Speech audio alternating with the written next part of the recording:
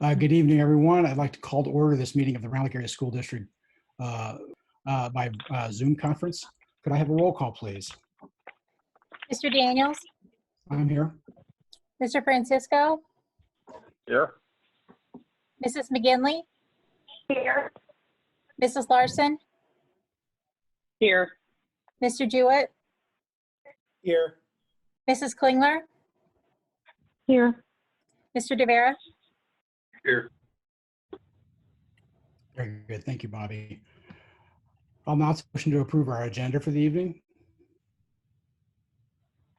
So moved. So moved. Second. Motion by Mr. DeVera, seconded by Mrs. Klingler. Any discussion? One point we will make tonight, there's quite a bit of public comment. So what I'd like to do is move that up in the agenda. Rather than wait till the end of the presentations, we'll move public comment immediately following the communication to the board on the return to school plan. So we'll go item 4A, then we'll do public comment, and then we'll move to item 4B. Any other questions or comments? Okay, I will, let's take a roll call on the amended agenda. Mr. Francisco, Mr. Yes. Daniels, Yes. Mr. DeVera, Yes. Mrs. McGinley. Yes. Mrs. Larson, Yes. Mr. Jewett, Yes. Mrs. Klingler. Yes. Very good. The motion carries. First item, communications to the board, is the return to school plan. Dr. Mendoza, the floor is yours. Yeah, so I'm just going to provide a little bit of context, and Heather, I just want to make sure, you'll have the deck up and you'll progress through the slides as we go. Is that correct? Yes, I'll share that now.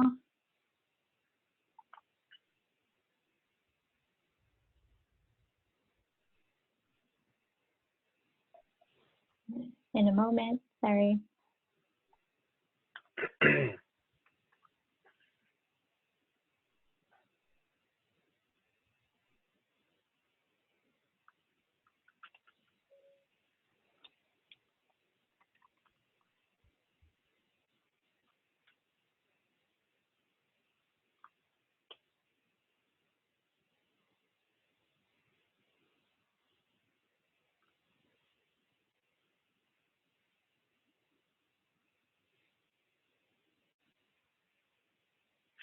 Okay, so I'm going to start with just some high-level information. I'll actually call out Heather's name when she's going to progress to the next slide. We're going to actually, digging into some of the details, but I wanted to provide just some high-level information as we start. This has been essentially a 3.5-month journey. I think all of us understand that this is a very difficult time. It's very hard. We're dealing with unprecedented times in terms of really having to make decisions and to plan for things that we've never had to deal with before. I think between the middle of March and probably early April, most of the time with the staff as well, we were spending on triage with just navigating the whole COVID situation, the shutdown, making sure our families and staff were taken care of, and those types of things. The landscape continues to change. Since that time, there's been multiple joint guidance documents distributed and sent out. The first one was obviously when the district closed. We were given guidance on remote learning and transitioning through that whole process. And at that time, there was a lot of different things we were asked to do with grading and accountability and those types of things. As we progressed a little bit further, things settled down programmatically a little bit. The state released guidance on summer activities with joint guidance in consult with the Illinois Department of Public Health. Then, a few weeks ago, the state released Part 3, which was, in my view, the meatiest document they sent. It was joint guidance with a fall return to school. So that document has really been our guide as we've started making decisions with planning. We have had probably since early to mid-April a pandemic transition committee consisting of the association, portions of the association leadership with district administrators.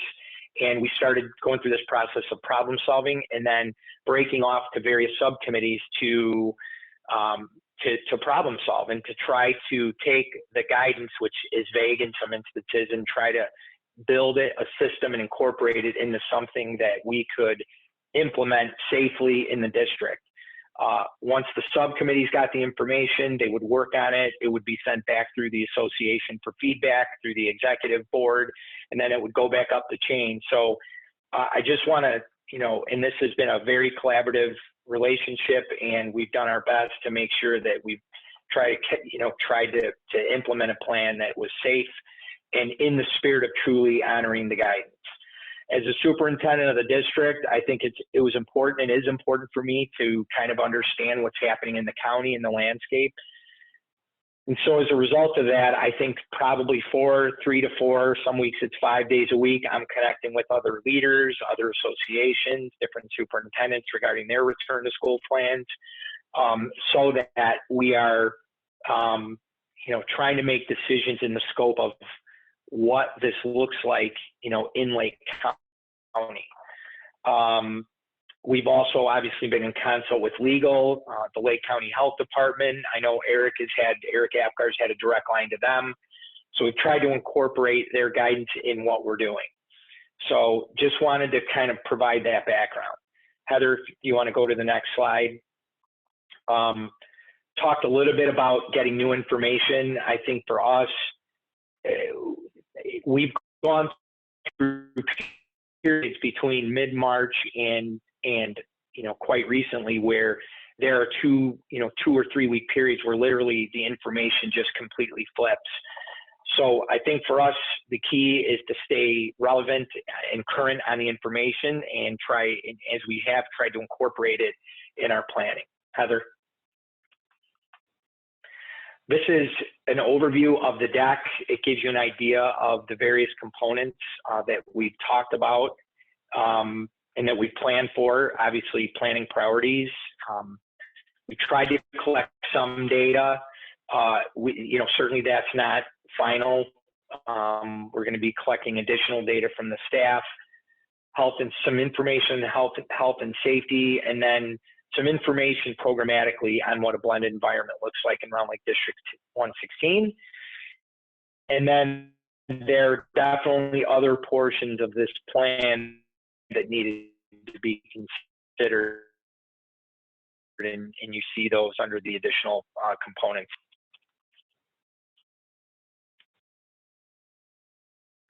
So this slide is one of the most important that I just want to highlight. This is the one, in my view, that when we participated in the state webinar when the guidance was released, this was the one where the most time was spent, because these 5 areas are the ones that really provided the high-level structure of what was allowable and what was acceptable. I think it created a little bit of confusion, and frankly, there's some contradictions literally in this slide when you have a statement that says you must follow the following guidelines, but then later on it says as much as possible. I think that as much as possible section in the 3rd bullet point really created a very high level of flexibility and really left a lot open to interpretation. Because as much as possible for me personally could mean something different than my neighbor. And actually it could mean something different to different districts. So one of the things, and I kept saying this over and over, one of the things that I felt like was really important, and I don't know this is going to happen, but if we ever had what I call the monitoring Illinois State Board of Ed police on our COVID plan, our return to school plan, and they asked us, are you genuinely trying to follow the rules set forth by the Illinois Department of Public Health? Could we say yes to that? And I think we've done that. We're not able to segment common spaces. So that, that 50 number is very limiting, especially at the secondary level. We've talked about all those things. But I think what you're going to see tonight is really our best effort it being genuine and trying to honor the spirit of what the guidance intended. Heather.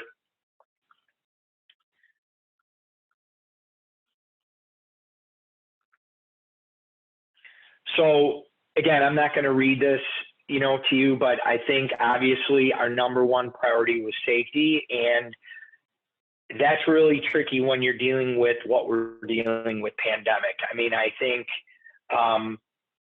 safety absolutely is critical. And so again, what we tried to do is implement a plan that was within the confines and allowable under the Illinois Department of Public Health that essentially looked at safety first, in the context of implementing some level of return to school. So again, I can just tell you, because I know what the plans are in the county, I think in the context of a blended environment, ours is a fairly conservative approach. Many of the districts I've seen are doing 50-50 models. There's a sizable number in the county that are doing full returns, but we wanted to look holistically at the plan because all these were part of it. So we looked at safety, obviously, the educational needs of our students, support, and how are we going to support our kids? They have social emotional needs. We know that, last year we saw that the isolation was definitely impacting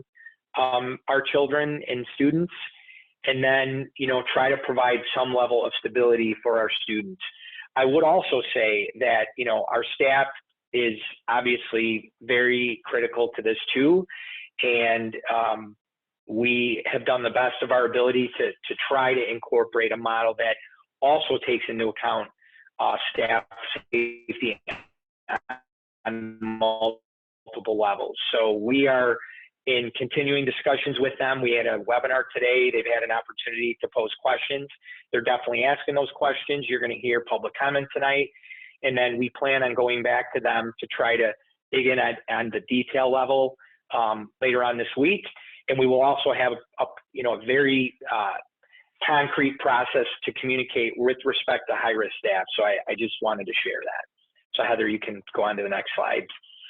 So just really quick, preliminary survey data. This was taken, a little way back, but we asked our parents and staff, on some level, if we had a full reopening, you can see, what this data shows, but again, mixed results in terms of, do parents want their kids to come back in a full reopening? We also answered the same question with partial. Partial and full remote were very similar. You've got, with our families, 70% roughly in both models, interested in coming back. Heather, you can go on to the next one. And then, we did ask about childcare, and essentially what this slide shows is that we've got about 12% of our families that will not have adequate childcare if we did, on some level come back. So that's, we wanted to hear from our families. We did, and we're glad we got this information. Heather, you can go to the next one. So one of the things we heard loud and clear is we did ask the staff, concerns that may prevent them from coming back. But one of the things we heard was that they were really unable to answer this question with any, a high level of, accuracy because they didn't know what the plan was. Well, that's why we released the plan. That's why we released it, publicly on Friday. That's why we've talked about it today during the, the staff webinar. That's why we're presenting it to the board. And that's why we'll go back to them, at a later time with, additional questions. So I wanted to share that information. So Heather, you can go on to the next one. So at this time, I'm going to pass it off to Dr. Center. She'll take over and drive the presentation. And then certainly, I guess what I think maybe the best format would be, if possible, is board, if we could get through the deck, then we would literally turn it over to you to start asking the questions if that's agreeable. So Susan, why don't you go ahead and pick.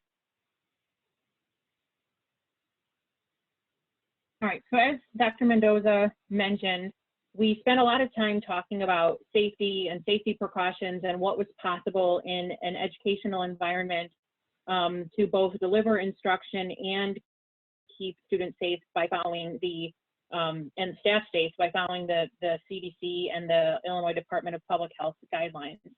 So on a basic level, we are expecting that all students and staff maintain physical distancing while in school, and that masks will be worn by staff and students at all times.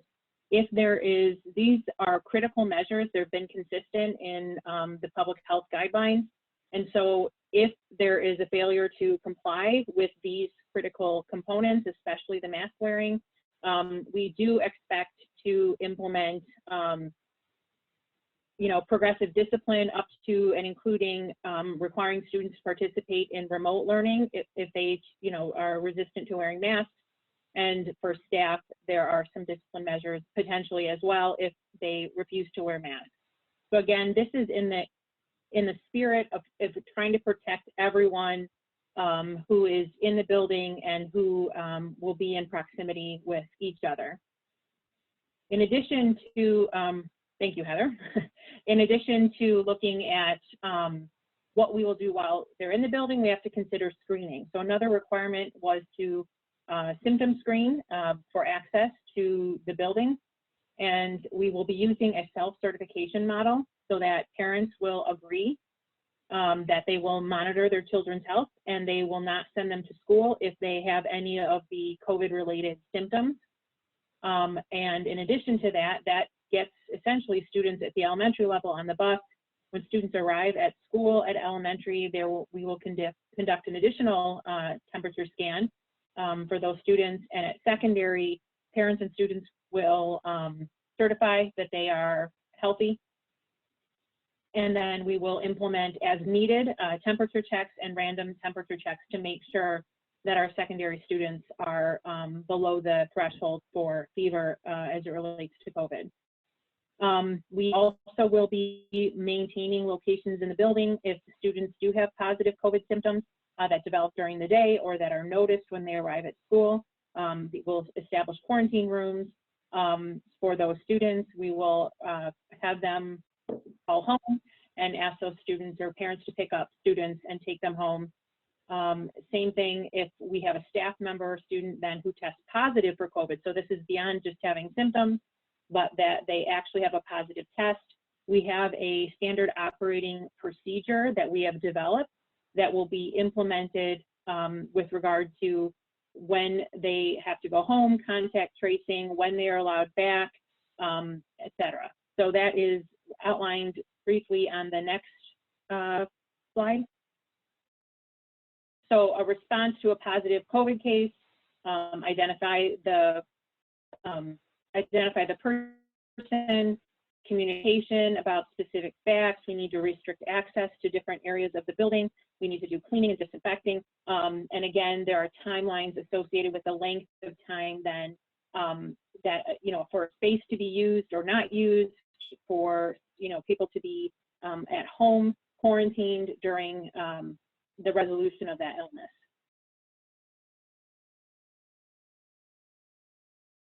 For high-risk students, this is something, we know that there are certain conditions that people may have that put them at greater risk for suffering from, higher, more severe effects from the COVID virus, should they catch it. So we want to make sure that our students who have high-risk conditions have an opportunity to participate in the educational experience remotely. So if parents feel that it is unsafe for their student, given the medical conditions they may have, to attend school, they will have the opportunity to choose a remote environment. If the parent and student decide that even though they have some health risks, they want to participate in the blended model, we'll need to have a conversation about what that might mean, what those risks are, and what type of personal protective equipment would be appropriate to increase safety for the students. So again, giving parents and students some flexibility and choice to help manage health risks. All right. In looking at our elementary and secondary planning, again, safety as the #1 priority, and then the recommendation from the state of Illinois for blended remote learning. So in other words, a partial return in that some students are in school, some are at home, and what that looks like. We spent a lot of time discussing pros and cons, where the needs were, how much effort would be required to maintain any given return plan that we would create. So with priority given to younger learners and learners with higher needs, we looked at our elementary buildings and classrooms and considered that for our younger students, being in class 2 days per week, so effectively a 50% model, half of a class 1 day for 2 days a week, the other half the other days a week, and remote learning for 3 days per week would provide better support for our elementary students than a single day a week, then guided with the fact that we also have to manage physical space. So any greater numbers created problems for physical space in the building. We wanted to use an alpha split in order to separate. We figured that would be a clear way to delineate who would be in class and who wouldn't. And we wanted also to keep siblings attending on the same day so that older siblings, if needed, would be able to help support any childcare needs for their younger siblings. And just for clarity, we thought it might be helpful to understand this. We looked at household and alpha. So the first thing is a household. I live in this location. And then we said, okay, what are the last names of those students in the household? So again, the assumption that there's people living in the household want to attend school on the same day. So if everyone had the same last name, everyone's assigned to that section of the alpha split. In some cases, we have households where families have different last names, siblings have different last names. So we needed to also have a process for, fixing which student or which day those students would attend. So the example there is, I think, fairly simple. If I had a 3rd grader with the last name of Gomez and an 8th grader with the last name of Smith, we went by the last name of the oldest student in the household. So that way, both Gomez and Smith would be assigned to alpha split Smith. Again, just trying to be clear about when households and families are attending school for consistency, so you don't have the young kids on a different day from older siblings and then causing additional potentially strain on the family. One more, please. Next, thank you. With regard to the elementary schedule, since this is a blended model, there are both in-person and remote times for each student.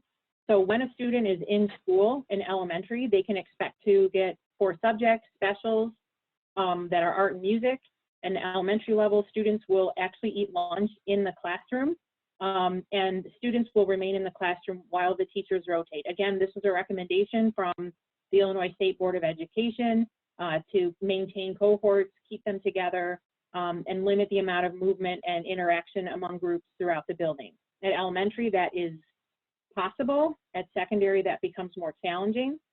And then those same students, when they flip into their remote environment, will still have expectations and learning in the core subjects. We'll continue with art and music, and PE will be done remotely.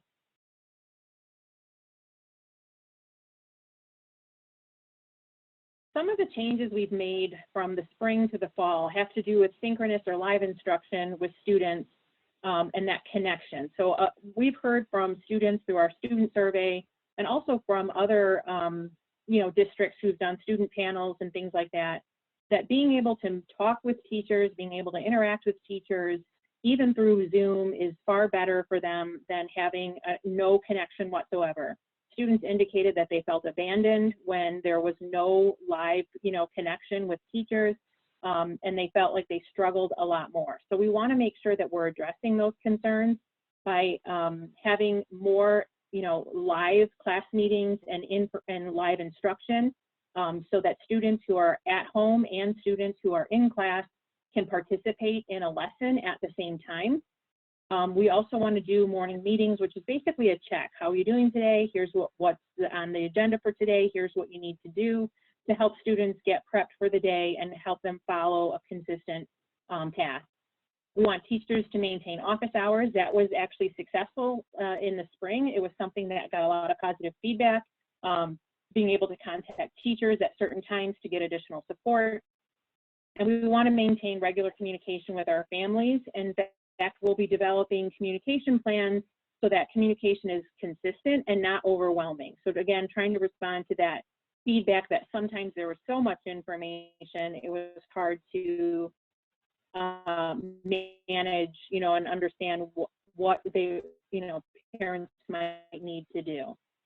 With regard to elementary special education, we wanted to look at the need of our students, and we recognize that students in self-contained special education, so our educational life skills classes at elementary and our instructional classes at elementary, need additional support. So given the natural size of a special education class, which is naturally smaller, we are able to bring in our special education students in these classes 4 days per week with remote learning just 1 day per week. We're going to make sure we're mindful of square footage, and all of our related services then will be able to be performed in person with the exception of speech. So speech is a unique challenge in the fact that in order to perform a speech lesson, you often have to have be able to see the mouth and be able to see how words are formed, and that is not recommended given the nature of COVID and how it is spread. So speech sessions will be done via Zoom so that masks don't have to be worn and I can still see your face and see your mouth and the making of words. So other related services can be performed in person with proper PPE. Next, please. Language learners will follow the same path as the general education classrooms. They'll be in at a 50% model, 2 days per week, also split by alpha. And then our resource support will be those teachers who are language learner support teachers will work with their gen ed classroom teacher to support students with language instruction, lesson planning, and providing resources that those students need. Struggling learners. So we recognize that we have students throughout our district who are in need of greater support for academics than others. And so in order for us to support that need, we wanted to expand something we have at the kindergarten, which is a booster model. So students who come in significantly behind in kindergarten go into booster classrooms where the class size is smaller, there's additional support, and they're able to build skills at a faster rate. We thought that, again, in second, it would be really important to support students we've identified as in need of tier 2 and 3 academic support in a similar model in first and second grade. And so we have reading and math interventionists that will be used that are classroom teachers who have specialty in teaching reading and math in order to support students who are farther behind and have a higher academic need. Pre-K, the Preschool for All program will follow the general education model at elementary, which is 2 days per week on site, 3 days in remote learning, and about a 50% number of students included. So they'll follow the same alpha as our elementary students and have the same expectations for learning. Our early childhood special education and life skills classes will follow our instructional and life skills classes model elementary. So those students, again, those classes are naturally smaller. They'll be in 4 days per week and have remote learning 1 day per week. Elementary education is a focus on our primary learners, students in elementary as a whole coming to school a little bit more often, and our higher needs learners coming into school even more often. So again, offering those opportunities where the need is to try to maintain the public health requirements and help with some in-person learning. At the secondary level, Secondary schools obviously function differently from our elementary schools, and so they present a different set of challenges. In addition, our secondary schools don't have empty space. You know, when I'm in English class first period, when I get up and leave, somebody else comes to take my seat second period. So we are unable to keep students in the same location, so it necessitates a slightly different model in order to be mindful of those safety guidelines. So with our secondary schools, in our general education, we're looking at a 25% model, which is student in-person learning 1 day per week, remote learning 4 days per week, same alpha split as elementary, again, to keep families attending on the same days. And that sets the average student per classroom at 7 to 9. Now that is lower than elementary, but the areas that we run into problems are not the classroom spaces necessarily, it's the common spaces. So the requirement is that there are no more than 50 students in one space. So I'll give you an example to help understand why we have to adjust the number of students who are coming in at secondary. At the high school, 25% of students is about 550 students. There are 5 lunch periods. If every lunch period was distributed evenly, which typically they're not, but let's say that they are, we'd have 100 students per lunch period that we would need, 110-ish, that we would need to feed. And we can only have 50 students in one space. So we need to have at least 2 to 3 spaces to house 50 kids for lunch. So if we try to bring in 50% of students like we're doing at elementary, that's about 1,100 kids at the high school. Again, do the math, divide that by 5 periods, you're talking about 250 kids per period. We simply don't have the physical space to bring in that many students and maintain safety guidelines. So we had to settle on a lower amount for the secondary level in order to maintain safety in those other environments. So our secondary expectations are similar to elementary expectations.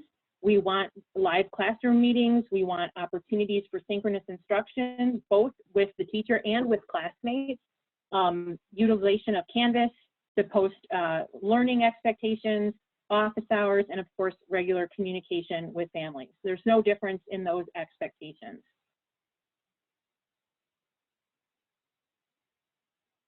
So again, in-person and remote instruction, that this is a blended or hybrid model. So we have both, students will experience both in-person and remote instruction. We'll have electives and core subjects being taught in person. As I mentioned, the lunch is a maximum of 50 per space. So we would need to use both cafeterias and the gyms. And in order to reduce crowding in the hallways and student gathering and things like that, we are not going to use hall lockers. Students will just progress from one class to another. They'll have to keep backpacks with them, which is common in some schools, and in others will be a little bit of a change in practice. And because of our need to utilize these large spaces for other activity, PE will be done remotely. Plus there are challenges with sanitation in PE locker rooms, common use items like basketballs, et cetera, that make it difficult to navigate PE in a large scale environment. And PE classes tend to be bigger, 40, 45 students. So that makes, again, it more challenging. But we have spoken with a few people, and we think that doing PE remotely can be effective. So like elementary, special education, our self-contained special education classes will come in 4 days per week with 1 day of remote learning. Again, mindful of the size of those classrooms, and then having our related services performed in person. So in secondary language learners, we have a different program than elementary. We have something called our newcomer program.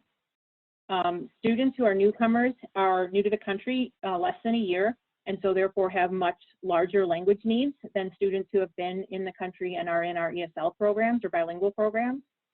So we want to make sure those students get proper attention. So they will be coming to school 4 days a week and remote learning just 1 day per week. And then that's different from our bilingual and sheltered instruction classes, where they will follow the same model as the Gen Ed with 1 day per week in person and 4 days per week with remote learning. Next, one more, Heather, please.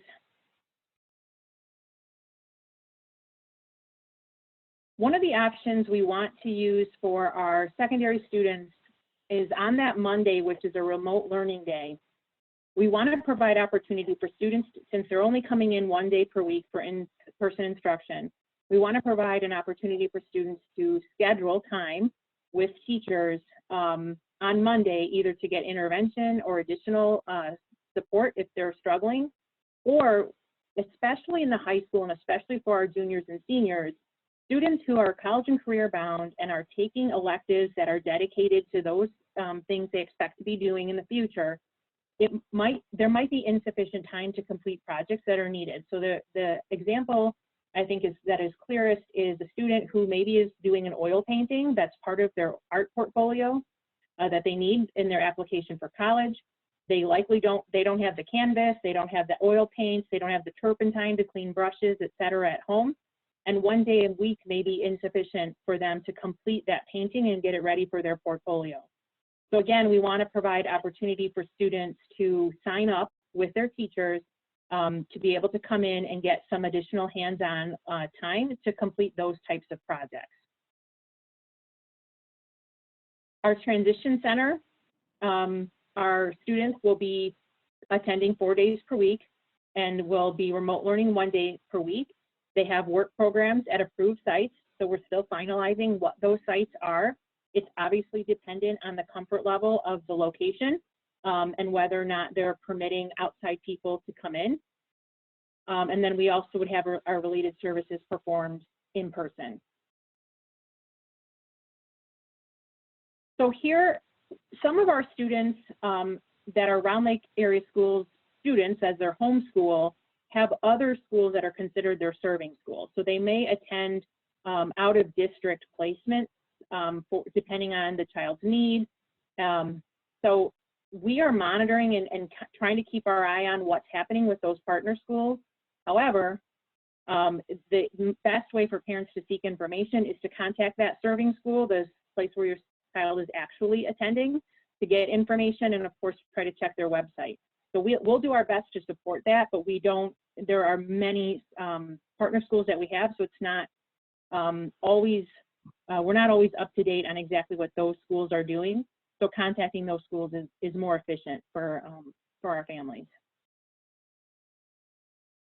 All right, additional components. So with a thought to family needs, student needs, we wanted to provide some additional opportunities that may support students in learning and support parents in their decision-making about what's best for their child. So a choice for full remote learning will be available to all families in the district. We asked that would be enrollment for a full semester. So basically, if in August, if we choose full remote learning, we will be in full remote learning for that student through the end of December. And then we would have to sort of re-up depending on what happens with, the pandemic over the course of for second semester. There also will be an agreement with regards to expectations for students when parents choose full remote learning, because there are learning needs that have to be met, and there is participation and work completion that has to be done. So if we choose, if parents choose that for their child, we need to, have an agreement about making sure, our students are still engaged in learning, even though they are not in person in school. The other thing we're doing is asking teachers to volunteer and creating a schedule that will provide office hours in the evening. So it might be the case that parents, especially at elementary, maybe want to sit down with their kid and have some discussions with teachers about work that's needed, or there may be some tutoring that's needed. So we are looking to create an evening time for support. So after parents get home from work, they would still have access to get some additional help for their students, or students would have some support in the evening outside of potentially their own work day maybe. Given this environment, social emotional learning is going to be important. So we're developing processes for teachers to reach out with kids, make sure they're connecting with them, making sure students are staying engaged, and generally supporting them as much as we can, whether we're in person or the students are remote. So focusing on relationships, routines, and that regulation of emotion and feeling, et cetera, so that students feel comfortable expressing when they're not okay, and what they need, working with them to do that. So we will be having a focus on social emotional learning, even through the academic components. So attendance and student engagement. One of the biggest challenges in the spring was the, I guess, lack of the ability for teachers to, to provide grades and looking at attendance, because students started to feel like the work didn't matter and the connection didn't matter. So we want to make sure that we include attendance and student engagement as part of our expectations, which is aligned to the recommendations from the State Board of Education. So when students are in school, attendance will be traditional. They'll take attendance in Infinite Campus just like they would in any other time. And the other part of attendance will be student engagement. And we're going to look at student engagement through the lens of how much of your work are you completing when assignments are given to you outside of class. So in the next slide, there's a student engagement chart that indicates what we'll be looking at and what we will consider engaged, and how much work needs to be completed in order to do that. When students are not engaged and found to be not engaged, there'll be a process that we'll go through in terms of contacting the home and working through a process to try to re-engage students. Because again, even though we're in a remote environment, learning is still critical. Additionally, unlike the spring semester, we will be assigning grades, summative assessments, so final assessments will be counting towards the grade. We'll also be looking at student engagement as a work habit and a practice that needs to be evaluated for accountability. So grades will be assigned for work that's given. With regard to athletics and activities, we're going to follow the guidelines that are given to us by the Illinois High School Association, the National Federation of High Schools, and any other appropriate governing body to help guide what we should be doing. We'd like to maintain activities as much as possible, as long as a remote activity is feasible. So we'll be asking to hear from teachers about how they might be able to do clubs and activities in a remote environment, and where possible, we want to be able to continue those things. But there may be some that we can't continue just given the nature of the club or activity itself. We will not be having field trips over the course of next year, though if there's a virtual field trip, that could be something. We're not going to be having all school assemblies because, again, with space and mask wearing and social distancing, that is not possible. But we may be looking to hold some events in a virtual setting.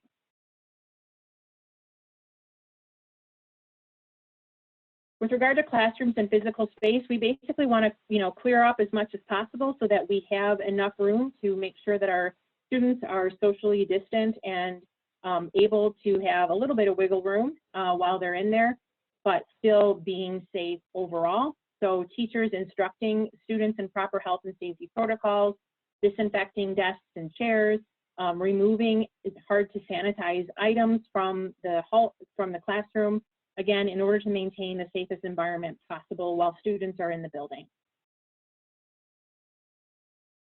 So I think is this Mary? Yep, that's me. So of course, Dr. Center did a great job of explaining what the plan is. And my area of oversight, our job is to support the plan.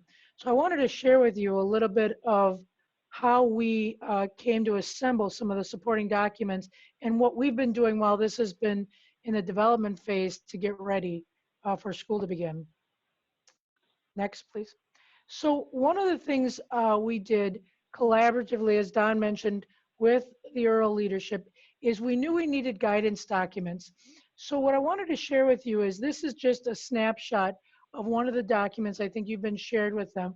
And we're creating these guidance documents so that we can have a resource to go back to that helps kind of outline the different areas. So in staff evaluation, it'll talk about the observations, or it'll talk about how the pre-conferences or the post-conference is conducted.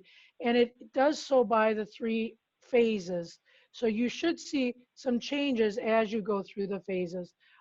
This isn't the exhaustive list of documents we have, and we will continue to make them. Our goal is to take everything once it's been finalized from the educational plan and the things that Dr. Center and her team are working on, as well as some of these documents, and put it in one complete document that we can keep on file. You know, it's unfortunate we have to have a pandemic, you know, document file, but it's our reality, and so we wanted to make sure we could capture it. Next. So as I said, it's a team effort, and so here are some of the examples of what we've been doing to get ready.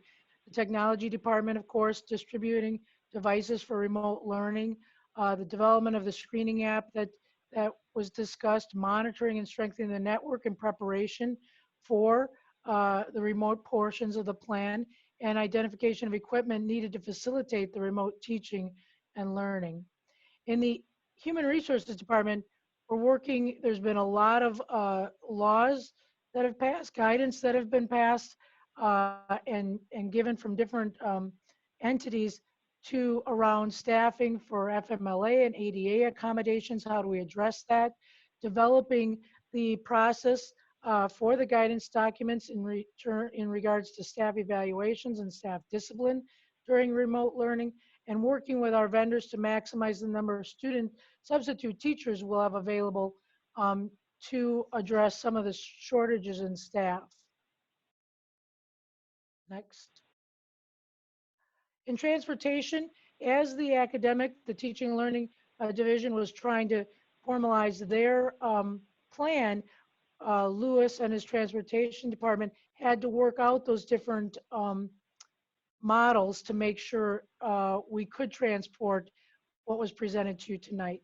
We've also developed guidance for the drivers in relation to PPE, capacity, data collection, seating charts, and bus cleaning, and manage the unique transportation structures to maximize as many students that we can. So this is relation to the appointment concept for some of your students in art and music, and that we want to maximize their ability to get to school. In food service, we've had a robust food distribution program this summer that Dr. Kibbins has run, really maximizing the amount of meals that we are giving out. She is also chairing a committee that's in the process of developing a dual food service program, because in the current model, we have to provide food to the students that are in school on site, but we also have to provide food for the students that are participating in their remote portion of the plan. And of course, expediting and managing purchases related to the district's COVID-19 plan. And then finally, in operations, developing custodial guidance documents for the completion of standard daily disinfecting of buildings and touch points, and then a more intense deep cleaning process. The identification and purchase of protective shields where the 6-foot social distancing expectation cannot be obtained in office personnel. Again, we're looking at that prolonged contact of greater than 15 minutes, and we wanted to make sure, so we've actually measured out, and if first priority was to make some physical adjustments to spaces, and if we could not, we needed to make sure we've got the protective shields. Purchasing increased cleaning supplies, developing the custodian handbook, which delineates specific cleaning procedures for each area of the building, taking square footage calculations of all open spaces so that we can turn that over to teaching and learning so they could build out the lunch periods, etc., across many areas within the buildings. And we'll be preparing for the relocation of soft furniture, carpets, to open up space within classrooms to achieve social distance requirements and the cleaning aspects of the plan. So we've done a lot in terms of getting ready. As decisions are made, we react to those decisions and try to implement them from an operations standpoint. Thank you.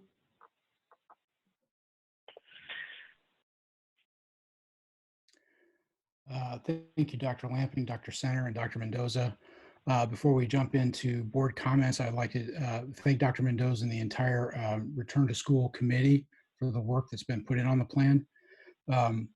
It's a really challenging topic you've had to handle in the last number of months. There are a lot of moving pieces, a great deal of uncertainty, and tremendous risk in putting the plan together and executing it. So thank you for the effort and for presenting the plan tonight. I know my colleagues have a few questions. I'll get the ball rolling with, one of my biggest concerns with the COVID situation is asymptomatic spread.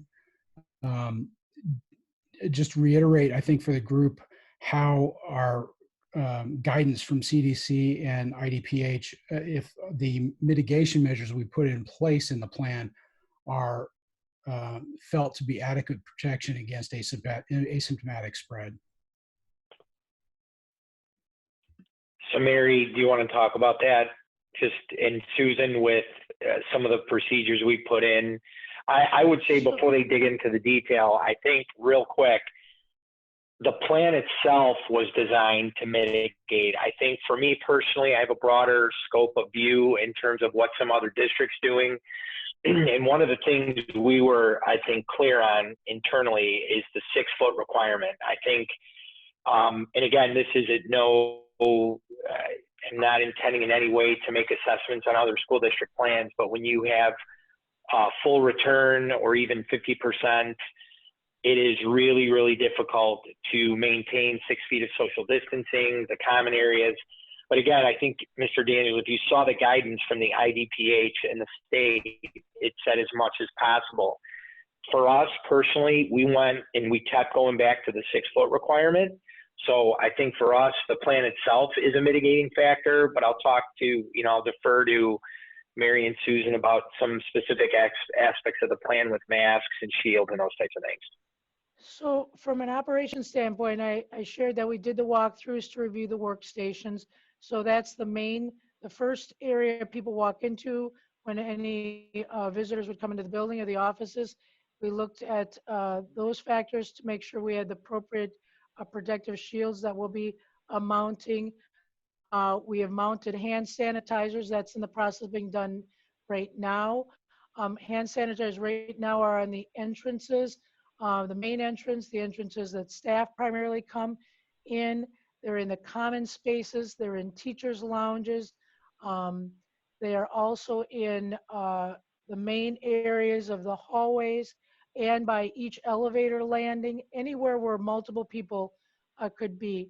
We also have purchased stand hand sanitizers, especially for the middle schools and the high school, because of the amount of people they have running through. A wall hand sanitizer dispenser was going to make it so we also did that.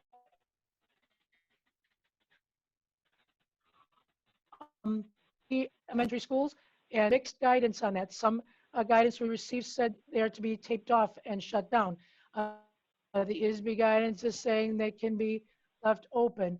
But looking toward the future, we're looking to put the touchless water bottle dispensers in each level, at least one in each level of the elementary and the middle schools.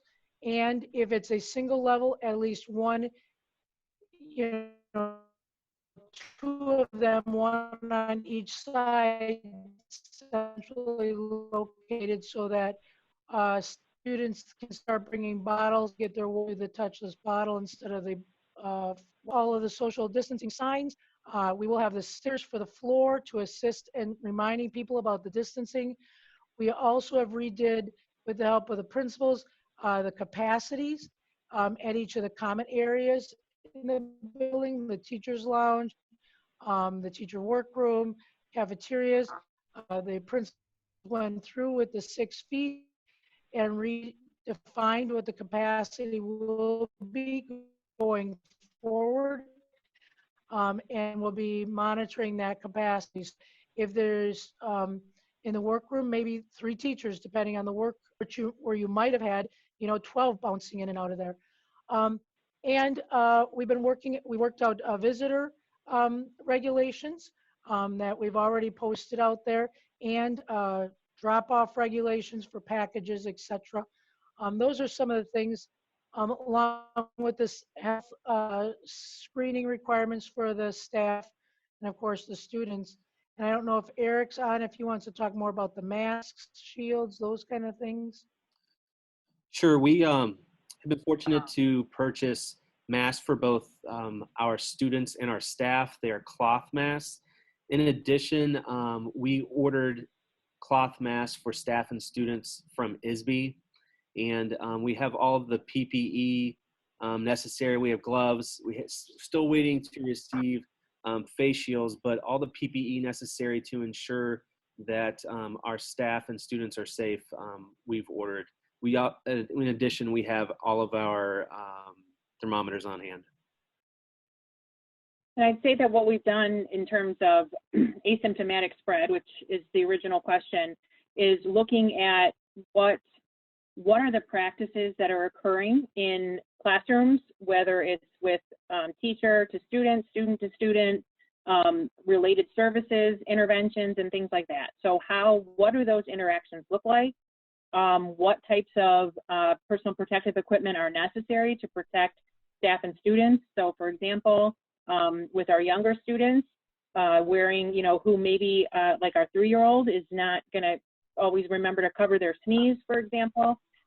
We have staff with masks and face shields, right? So both things to wear in order to protect them. So we've tried to go through as much as possible and looking at those different interactions and trying to identify what personal protective equipment is needed and making sure that we provide it. So again, whether the student, teacher, whatever, if we don't know, which I think is the question, if whether or not they might have the virus, following those guidelines would reduce risk.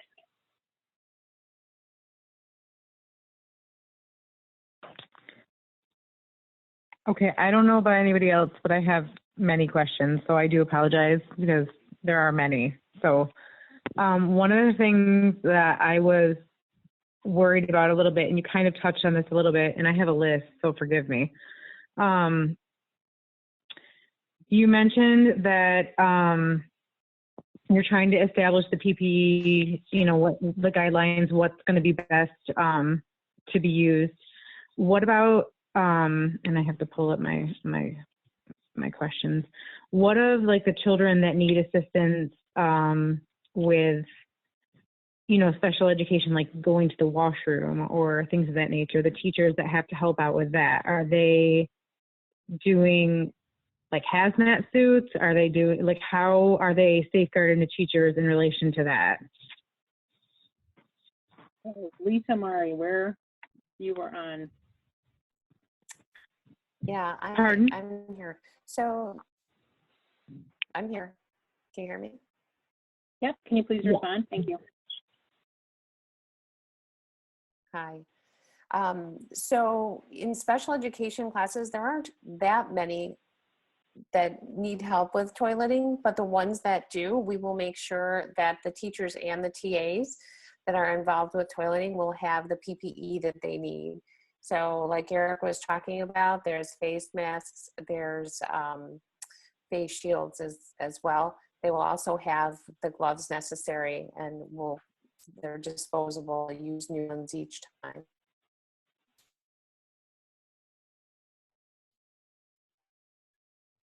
And then in relation to the special education classes, for like the TAs that assist children physically, there isn't a way to separate themselves the 6 feet.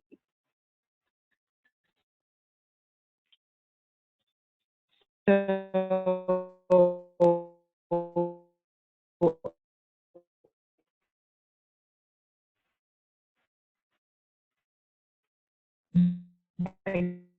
again, they're gonna, I just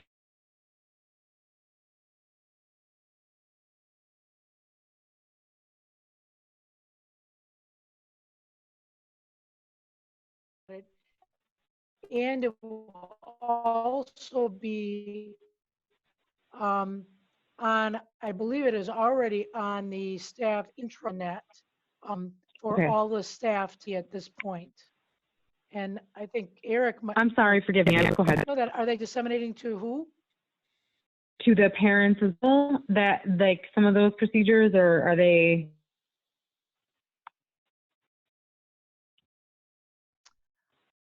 I don't think that we're distributing the actual procedures. I think what we make sure we let the parents know is there is a procedure in place of how to address a case of COVID in either a student or a staff. And then Eric might be able to talk about the quarantine. I can. of Ms. Klingler, families. if we have a student who is diagnosed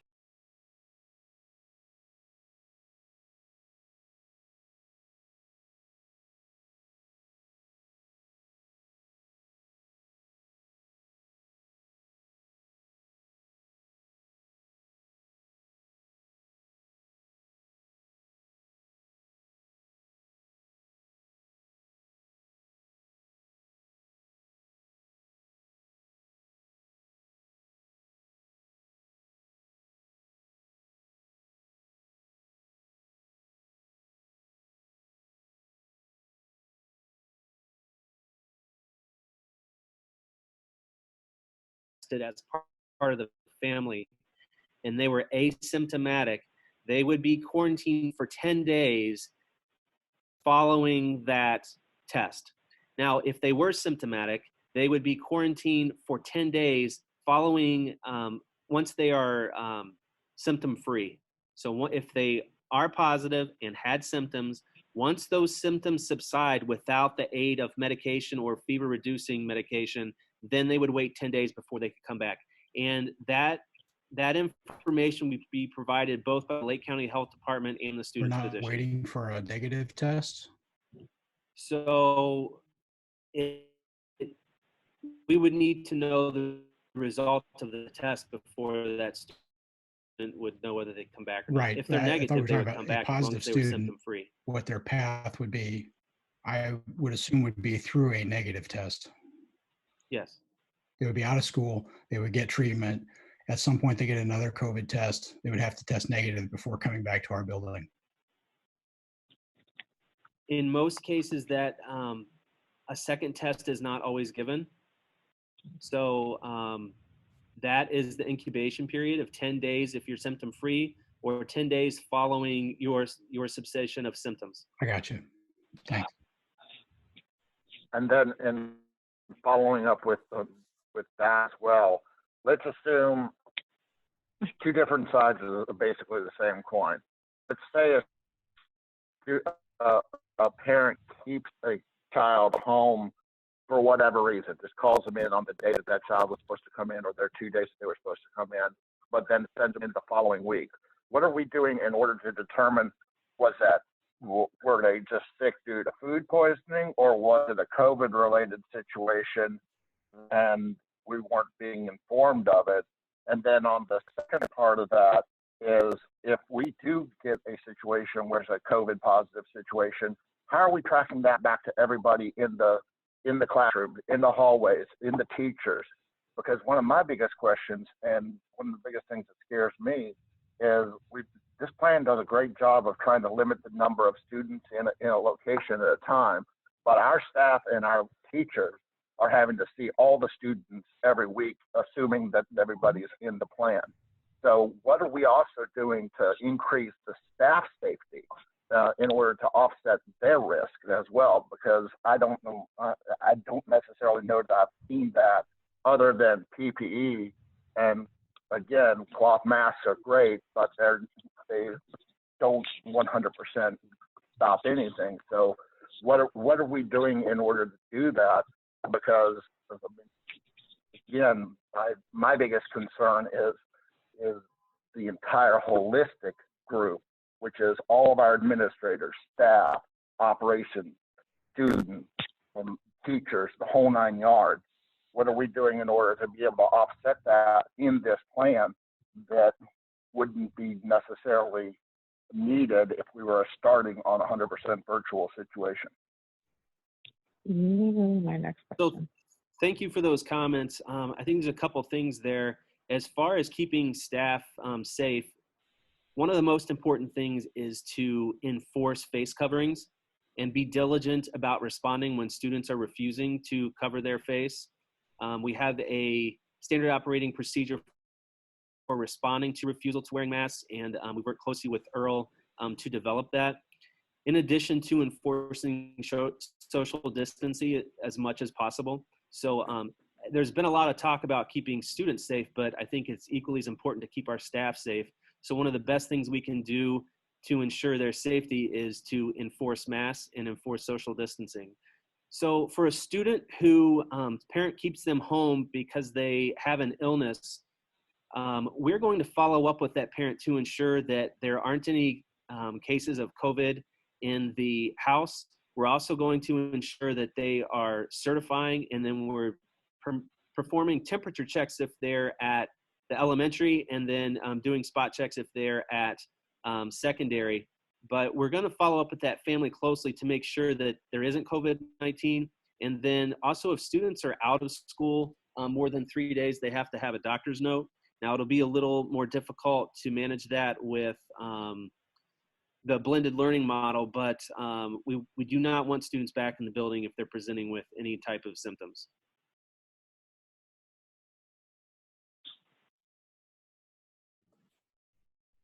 Okay, so I have a couple questions as well. And I think you guys have spent a ton of awesome time doing this. So I'm sorry, I have a million questions.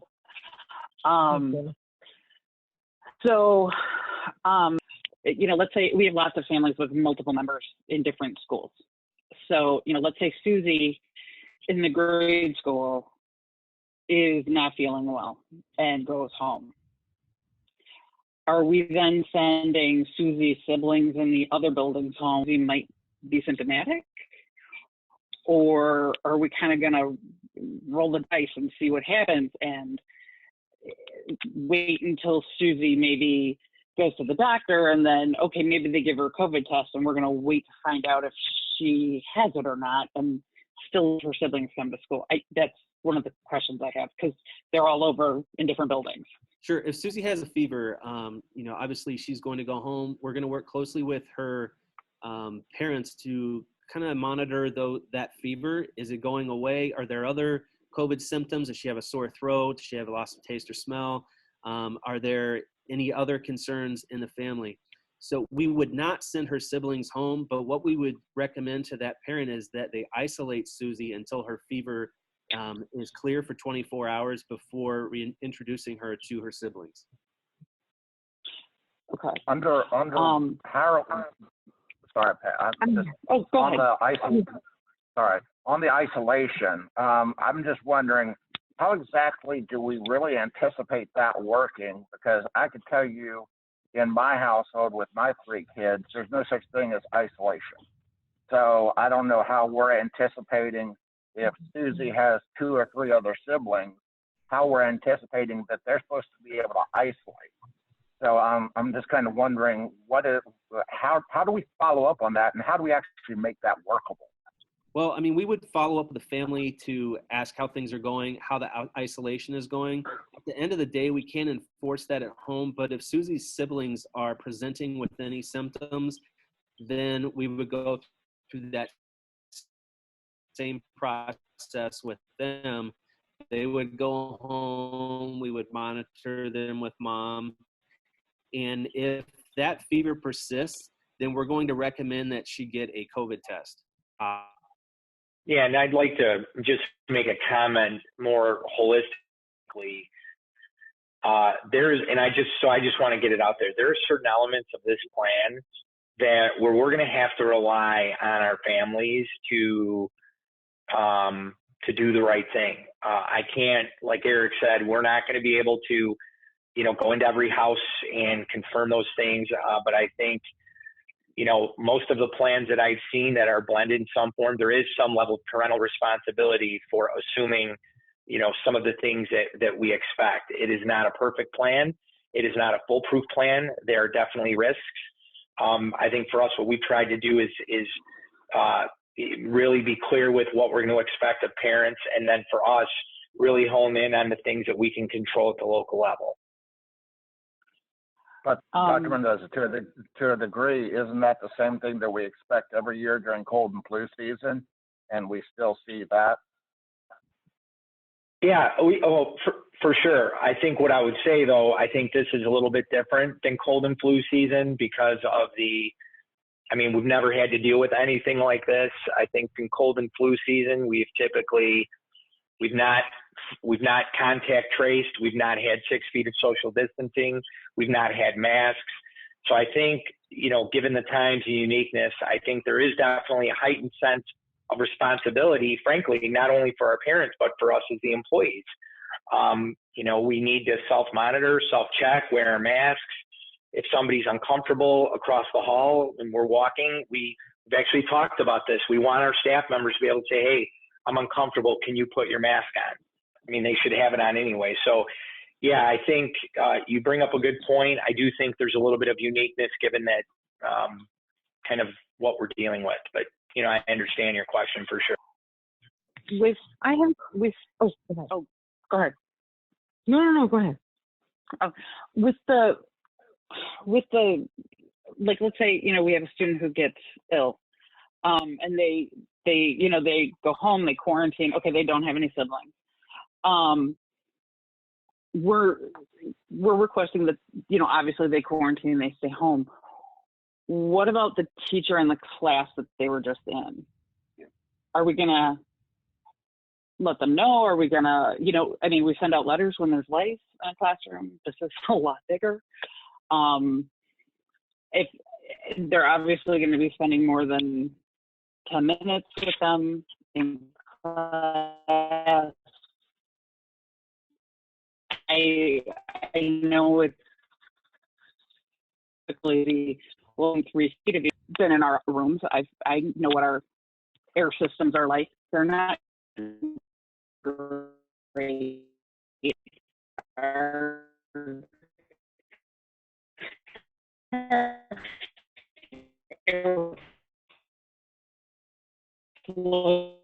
Not great. Well, I know, and then if we don't, if a student is coming to school and their parent is like, oh, wait, Jimmy's got it, I don't want you to go back to school. I want you,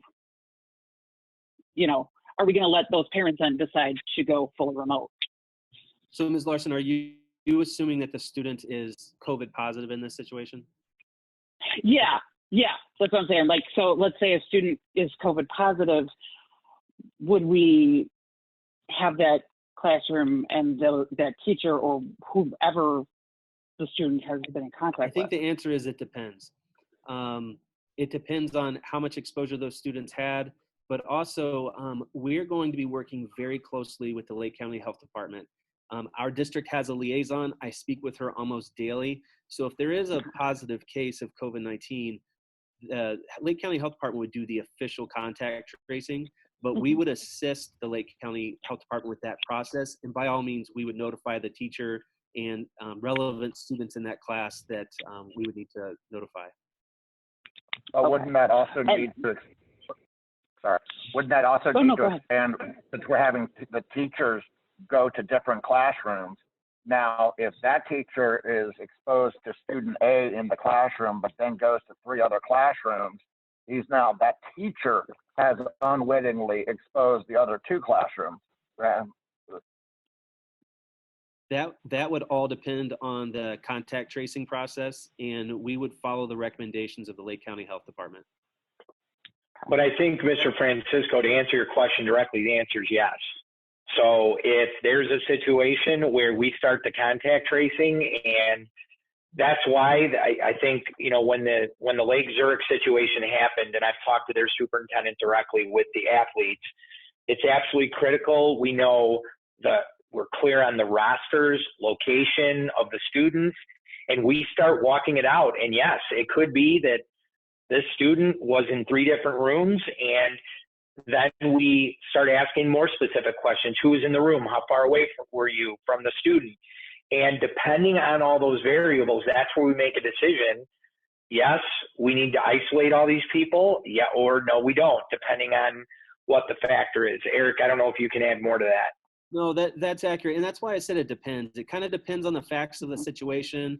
It depends on the students in the classroom. But I want to be clear that both for our staff and students, safety is the #1 priority. So as soon and as quick as we could get to the contact tracing process, we would, and notify anyone involved to ensure their health and safety.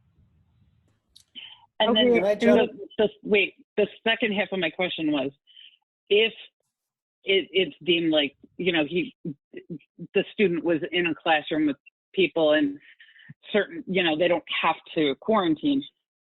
If the parents of those students feel, yeah, I do want my child quarantined, would they still be allowed to do that then? Or would they be allowed to then decide, hey, you know what, I don't like this suddenly. I thought this was cool. They suddenly have a change of heart and they want to go to full remote learning. Or I know we're trying not to do the flip flop of, you know, pick your choice and you're going to stay with it for the semester. But if that sort of situation comes up, is that something parents can petition for? I'll let Dr. Center answer that question. Let me just real quick. So with regard to remote learning, it's in terms of looking at, you know, risk and assessing classroom space and all that stuff, it's actually easier for a parent to say, I'm going to go in, and then say, I don't like the situation, and then choose remote learning. So say on September 3rd or whatever, we say, you know what, I'm not comfortable. I feel like I would prefer remote learning. That is possible, right? It's the choosing remote learning and then coming back in that isn't. Gotcha. That changes the number of students in a classroom, the dynamics, and, you know, the common spaces and all that stuff. So if they can choose to go out, it's just once they're out for the rest of the semester. They can't come back in. Okay. I just wanted to make sure there was still that option for parents. If as different things pop up, people might change their mind. Correct. No, for sure. Yeah. I know Jen's got a question. 100,000. So the question I have is in relation to that. So say we do have a diagnosis of COVID, which I'm sorry is inevitable. Both teacher or student, it is going to happen at some point. There is a social emotional component to that. Do we have like a social emotional component to address that? So if a teacher gets sick and ends up in the hospital, how are we addressing that with the students and the parents? Because they're going to be very worried. What steps do we have in place for that? That's a very good question, and thank you for asking that. We're fortunate to have very strong social workers, psychologists, counselors in the district, and by all means, we would make those services available to our students, both if there's a family situation where there's COVID, if their teacher has COVID, or if the students themselves have COVID. So there would definitely be an emotional support component to all of that. Okay. Have they the other question done any pre-planning for that though? I'm sorry. Have they done any pre-planning or any trauma crisis intervention planning for the summer? Because I mean, the kids ending last year, it's very traumatic. It's traumatic for our faculty. It's, you know, going into this, everything is traumatic, right? Everybody. I mean, it's just a really bad time. I agree. Already, because, you know, flying by the seat of our as a social worker, that's not my favorite day. Sure. I like a plan. Ms. Larson, I agree that especially the pandemic that our students are experiencing is an adverse childhood experience. So we have had those discussions with our social workers, psychologists, and counselors, but we will definitely have a plan to address that when school starts. Okay. Cool. That'll help them. Go ahead. No, go ahead. Oh, I was just gonna, a couple logistical questions that I think will be easier to answer. Do we need to look at, do we have enough staff to staff the quarantine rooms and to monitor the halls and the bathrooms, or do we need to look at is that like a staff increase we need to look at? Do we need to look at permanent subs to have, that can go to the different buildings? I mean, it's going to happen. People are going to get sick this year, Yes, whether from COVID or just being sick. we're planning for that process now. We're developing procedures if we do have ill students in the building, and how are we going to manage both a health office and a quarantine room. So we have planned for that, and we're finalizing those plans as we speak. Okay. One other question, this was a big question I had before was, and I looked at all the different plans that you guys had sent out before. The buses, you guys are going to love me on this one. So I read through the operating procedures, and it said, the buses are going to be cleaned at the end of each day. Are they going to get cleaned after each run? Because otherwise we're going to have cross-contamination between schools and families and all sorts of crazy stuff.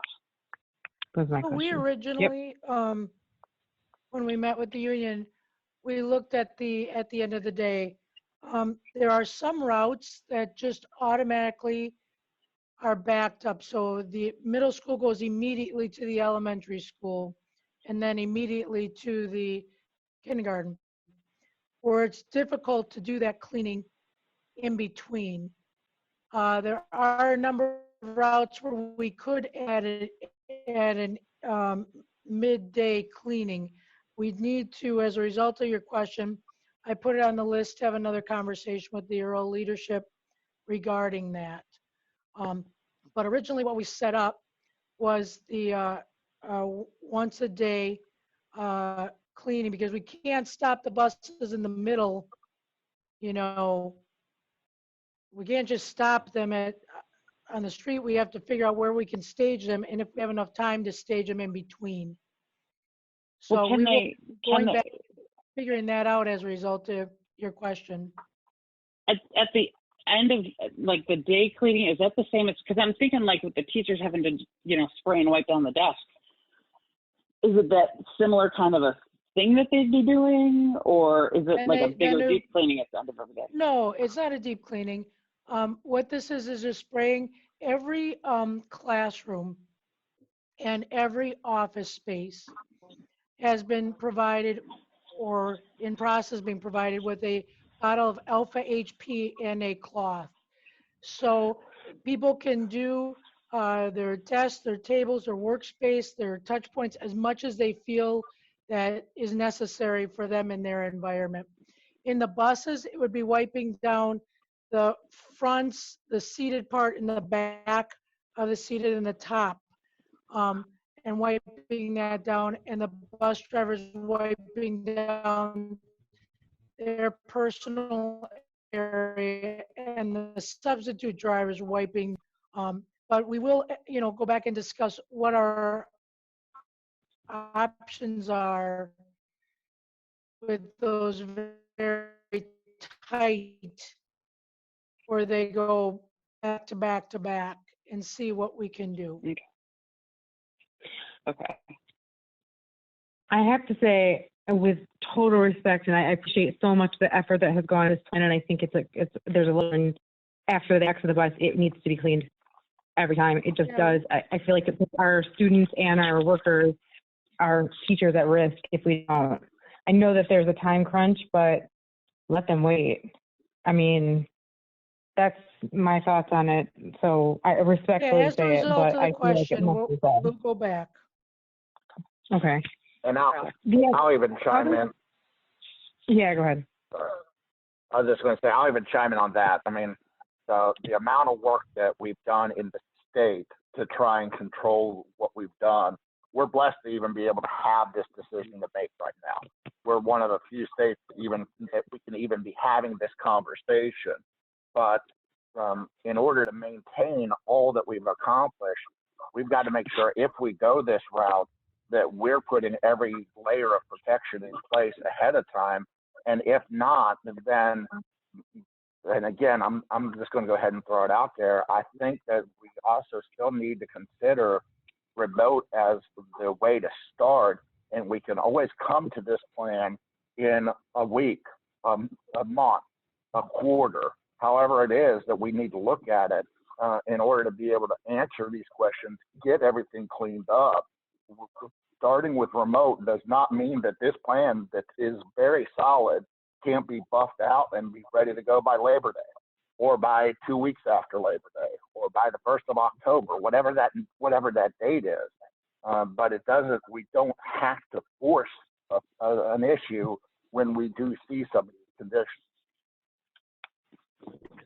Yeah, I would just like to chime in here real quick too. I just want to piggyback off what Michael's saying and what the rest of the group is saying. I respect the fact that when this was started to be put together, things were looking good. We're progressing nicely statewide, phase 2, phase 3, phase 4. Things were going really well. I respect the fact that there had to be a plan put in place to be responsible on the staff side as well. However, if the trends are continuing to where they're going, I really think we need to reevaluate the safety of this. As solid as a plan as it would be, listening to just the discussions that are going on, there's too many what ifs. There's a lot of scenarios. What if this happens? What if that happens? What if that happens? To me, if the numbers were trending in a far greater direction, those would be one-offs. I fear there's going to be a handful of these every day, and we're setting ourselves up for a bad outcome. I believe. Like I said, I respect the fact that this is a solid plan if the numbers and the trends were going in a very favorable direction. We could address 1 or 2 a week instances or things like that, where there wouldn't be such a almost a given that something is going to happen. Now, with that said, if we do go full remote for any period of time, I assume that there's going to be some financial implications involved as far as staffing or whatever that may happen. I don't know the cases on that or what that may bring about, but I assume that could result as well. So those are my thoughts. Thank you. I also had a couple more, living in the land with special education. I forgive me if I start using special ed language. I'm sorry, guys. We categorize for state funding purposes. So Eric will know what I'm talking about. Make it a little easier for Eric because he'll be the one answering my question probably.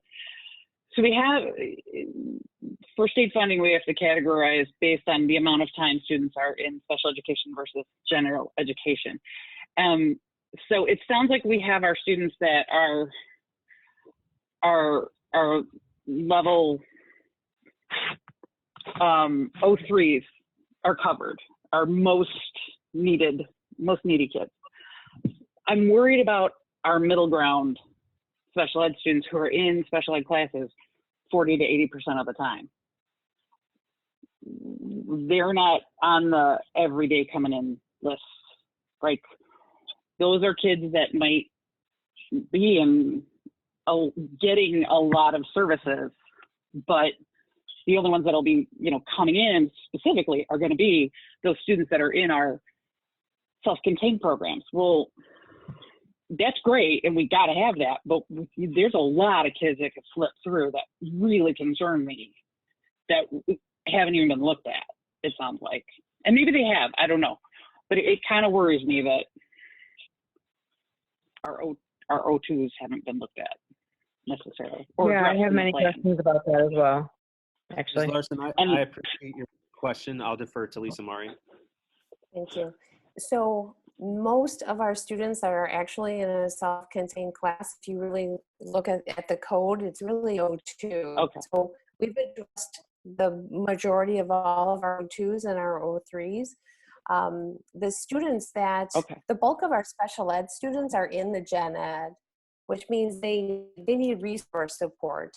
So they will still have access to their co-teachers, their resource teachers in person when they're there, those 2 days for elementary or 1 day at the secondary.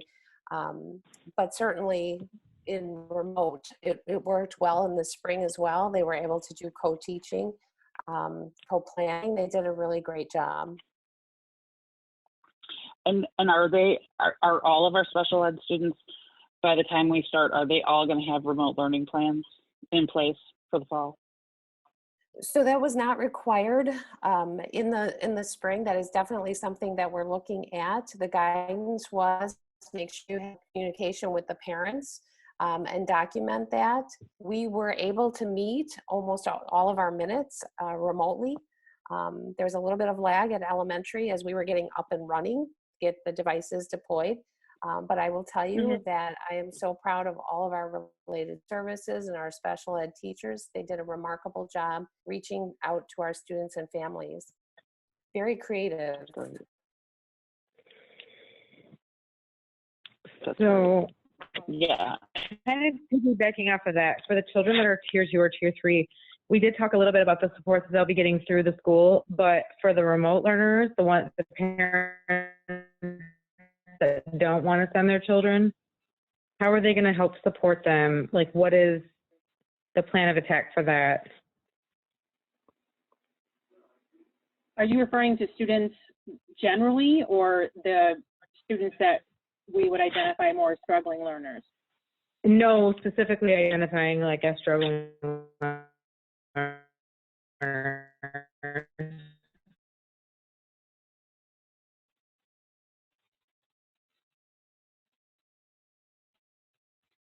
I mean, I suppose that would actually evening office hours to provide support both to students.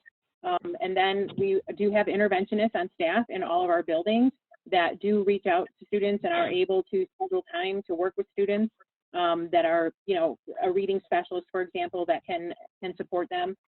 It is one of the things we have noticed, and that's the reason why we identify struggling learners to be in buildings more often, is the challenge with providing intervention support in a remote environment, right? So again, I'm not referring to special ed, I'm just referring to general education. I'm struggling with this reading concept, you know, and I need some additional support. So with smaller groups, and again, we have the opportunity, or I should say the ability, to create smaller groups, create, you know, methods for teachers to reach out to those students and interventionists to reach out to those students. It can be trickier to do in a remote environment. Doesn't mean it can't be done, but there are definitely challenges if, you know, a younger student doesn't have, you know, is not able to be home during the day, and where they're at is they don't have access to their computer, and so they can't, you know, they're not during the work, you know what I mean? So there are some other challenges, but that is a point of emphasis for us. We want to try to figure out as many ways as possible to provide support. But again, in a remote environment, it is more challenging to provide that targeted support. It can be done. It's just cleaner, I guess, in person. It is. I just worry for the children that won't be attending. For the parents that are concerned, my wonder, like, is how are we addressing that? Only because, and this is just my particular experience. Last year, I thought it was done very well in that it was, you know, done very quickly. But there was obviously some disconnects. But overall, I was very proud of our administration and the way it was approached.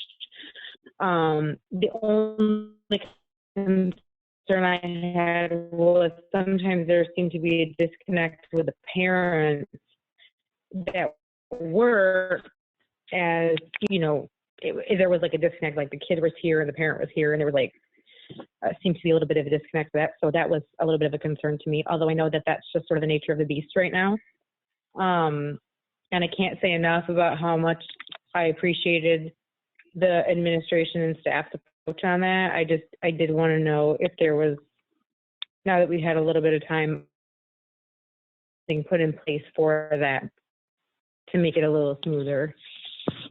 I know, I'm sorry.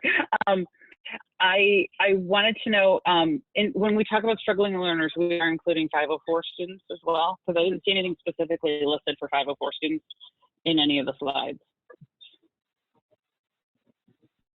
so we would be meeting the needs of all of our students, right? So again, there's no group that is excluded. We're trying to, figure out what it is we can do to meet the needs of students in a remote or in-person environment based on their needs, whether that's a 504, an IEP, I'm a language learner, I'm a struggling learner,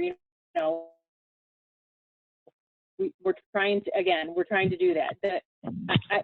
One of the things I think that all of these things are possible. I truly believe that. It's a matter of identifying the best way to do it. And we don't have 100 years of experience to draw upon in order to make best case decisions. So as we're moving through this process, we are definitely our technology department in order to find the best ways to make those connections.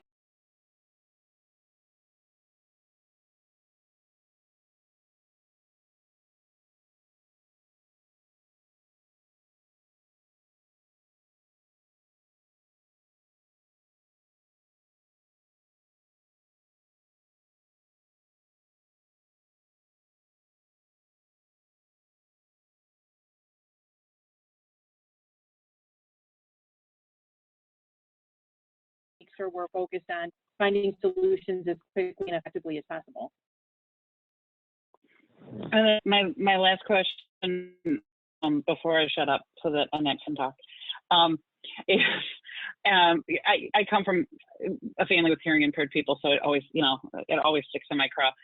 Do we have PPE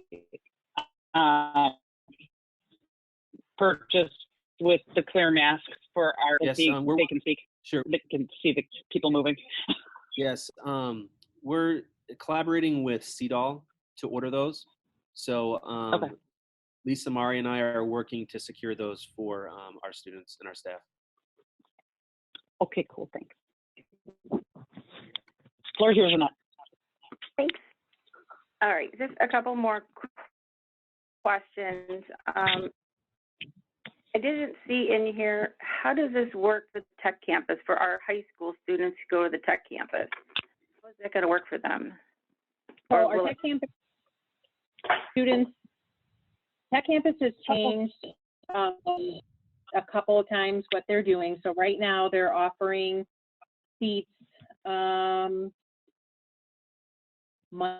Monday, Tuesday, Thursday, I believe, and students who are in Tech Campus are required to attend when they're required to be at school.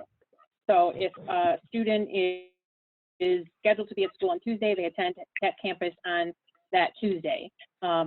So we can do that. We're looking at options for students who, in our case, are required to come to school on Wednesday, but Tech Campus isn't operating on Wednesday, and looking at can we move their schedules to allow them to participate in Tech Campus on those other days rather than having Wednesday be their day. So that's how it's working right now. And again, we're staying in contact and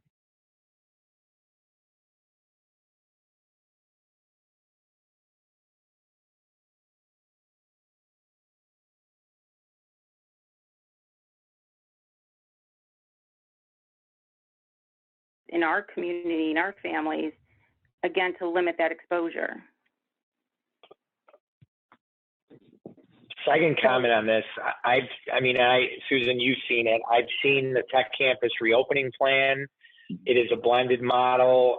They typically don't have as many kids there as in terms of the density that we do. But everything I've seen in their plan, it's mask requirements, social distancing, all of those same things. So frankly, I think if there was too big of a gap between what we wanted to do and what they wanted to do, we would be looking at potentially something different. So Susan, I don't know if you want to comment on that. So could I just ask, I'm sorry, Susan, could we see their plan? Because we're sending our students there. I mean, I would want to, just like we're reviewing our plan, I would want to review their plan as well because we're sending our students there. Absolutely. I have it. So as of last week, I think they've updated it a couple times. But yeah, I can get that to you. Thank you. And I'm sorry, Susan, go ahead. So that's okay. What Dr. Mendoza said, right? We want to do what we can to provide those opportunities for students. I do think we can manage, you know, the number of students in Tech Campus that this impacts is small enough that we can reassign their schedules to different days, and so that they would have the opportunity to attend. And if a student chose not to do that, we can go back and reassign classes so that they can have a full course load and not be worried about credit acquisition. So that it kind of then goes into relation, you know, the whole busing and the kids' exposure, not having time to maybe possibly clean them during these bus runs. Are we looking to put hand sanitizers, Clorox wipes, that kind of stuff on the buses for students? No, we're not looking at that necessarily because there are transportation regulations about products and about the securing of products on the buses. So we weren't looking at that. What we would probably have to do, thinking just quickly, is probably look at time changes in school time changes to probably produce enough time in between some of those routes. And of course, negotiate with Earl to have the cleaning of the buses by the bus drivers multiple times a day. So that would be probably where I'd be leaning. But Lewis has a good handle on all of the different regulations, and it's very regulated about, you know, having containers and products that can't be rolling around and, you know, those kind of things. So we'd have to problem solve that out, but we will do that. Okay. A question in regards to that flex scheduling where students can come in for additional help. How does that work for the teacher? Because aren't they, maybe I'm just not quite wrapping my head around this. How does that work if they're supposed to be doing the remote learning, but then schedule this flex attendance to give that additional assistance for struggling learners? Right, so the intention with a remote learning day is that teachers would provide assignments for students to work on. They would record or do a live morning message, so maybe 15 to 30 minutes, and then the students are working remote throughout the day. Therefore, the teachers are, you know, at their work site, and then they're able to, you know, have office hours set up. They're able to, and during those office hours, they would be able to schedule students to come in. So again, it's based on the teacher's choice and availability, and this, you know, and student need. So on those days, again, they're providing work for students to do, but they're not live lessons during those days. So it provides some additional time. Okay, I think that's maybe where I was hung up on. I was thinking live lessons. Just a quick question going back to the tech, because most of these kids have a driver's license. Would we maybe think of consideration of them driving themselves to tech to limit that exposure? I see you kind of nod.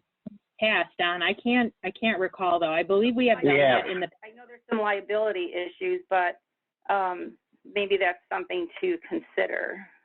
Yeah, we have actually, I think, done that in unique situations, and I know that's been granted for other kids. We just have to figure out what does the process look like. We'd have to talk to legal to make sure we were doing everything in terms of just protecting ourselves, but obviously the kids are driving to work, or to school rather.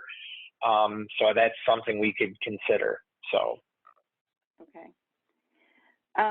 In regard to athletics, and I know we're, you know, using guidance from IHSA and those other organizations, if we have a football season to start off with, how are we going to limit that attendance to meet the guidelines and, again, limit exposure for our students? They're then now going to have to use the locker room. So what kind of sanitation and what kind of cleaning are we going to be doing with that?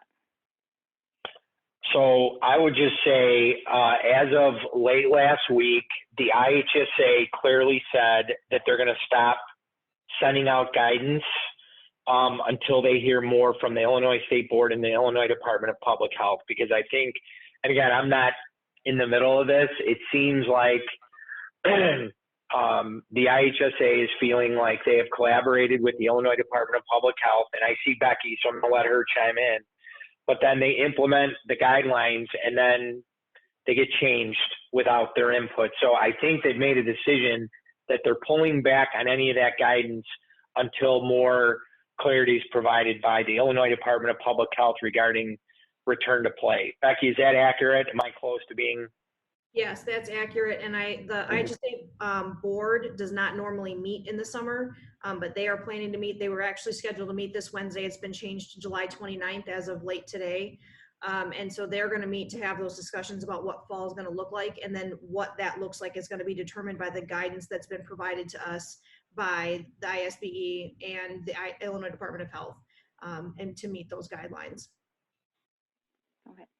But just, again, I just want to clarify as far as cleaning, like the locker rooms and stuff, what, have we looked at that?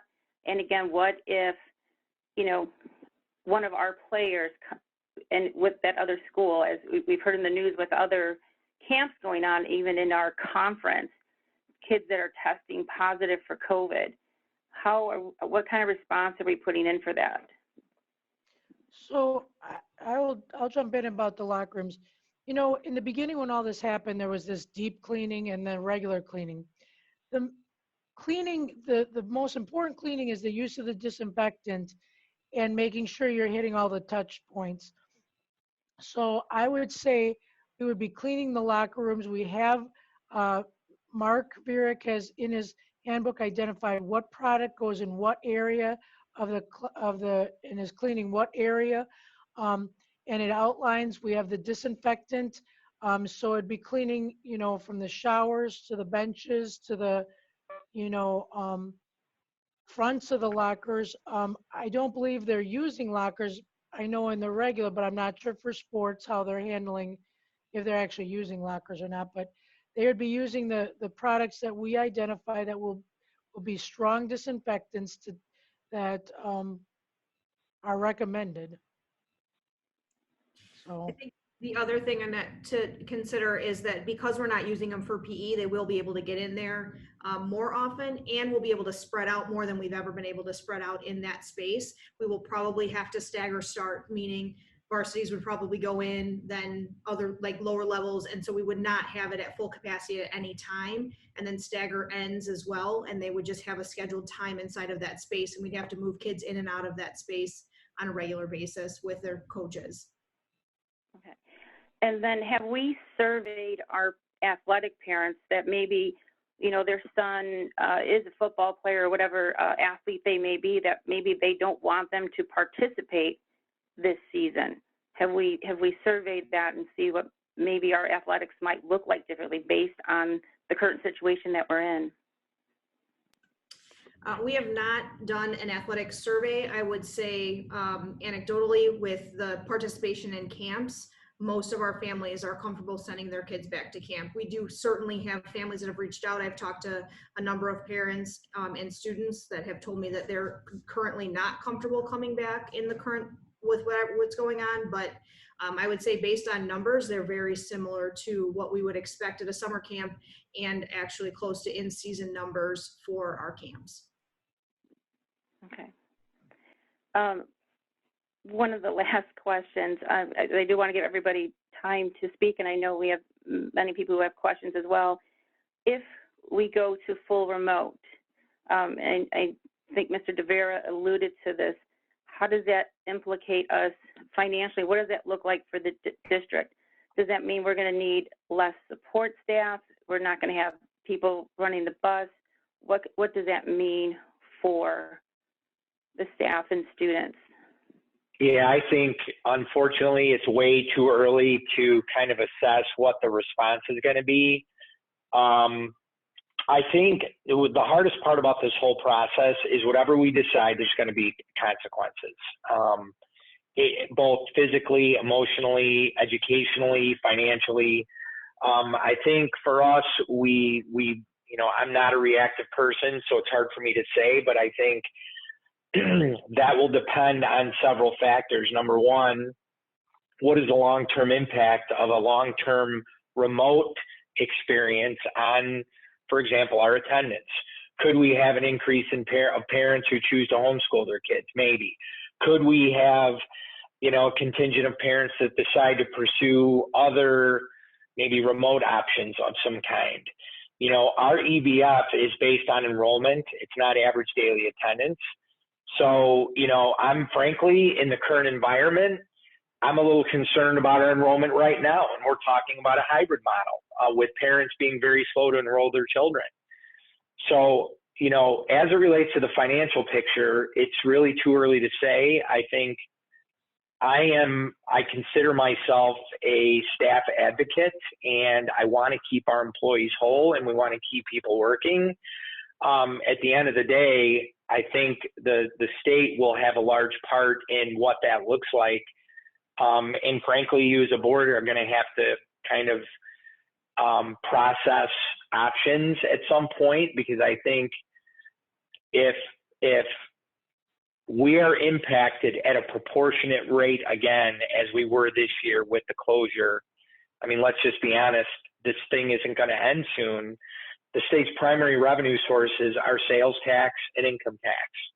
And, those are being impacted. I think from March to June, if I'm correct, the state lost about $2.5 billion in revenue. And if this thing extends on into the spring or whenever, hopefully a vaccine comes, I think it's going to be worse than that. Then I think the state is going to have to talk about how they're going to divvy up the pie. I think you got to remember from last year to this year, our EBF stayed flat. And, contracts, employees, all of us, administrators, our costs typically go up every year. So I just think it's something we're going to have to look at and be very thoughtful with.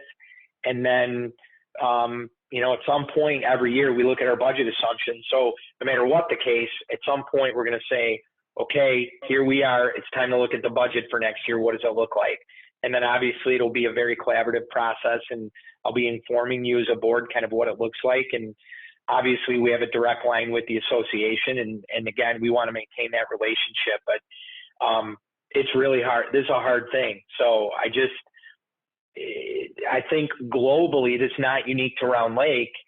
The profession of education, in my view, is being profoundly impacted in so many ways. So just kind of a couple just high-level thoughts I would share with that, Annette. Great. Thank you. I do want to give other board members an opportunity as well. And I appreciate some of them asking the other questions I also had on my list. Yep. But I think it's my turn. Especially considering it's now 9 o'clock. This has got a lot of energy behind this one, huh? So Jennifer asked me this evening if I would send my son to school. He's going to be going 4 days based on the plan and 1 day remote. And I said, yes, I feel very comfortable with that. But my situation is unique. I only have one student, one school, and we don't have any health compromised members of our family. And our organization has been working. I've been 100%, I work for the food bank, and so we have been active and engaged in this front line the entire time. So we have multiple sites that are in multiple different parts of the counties, 13 counties around Cook County. So we have people that have been frontline people the entire time.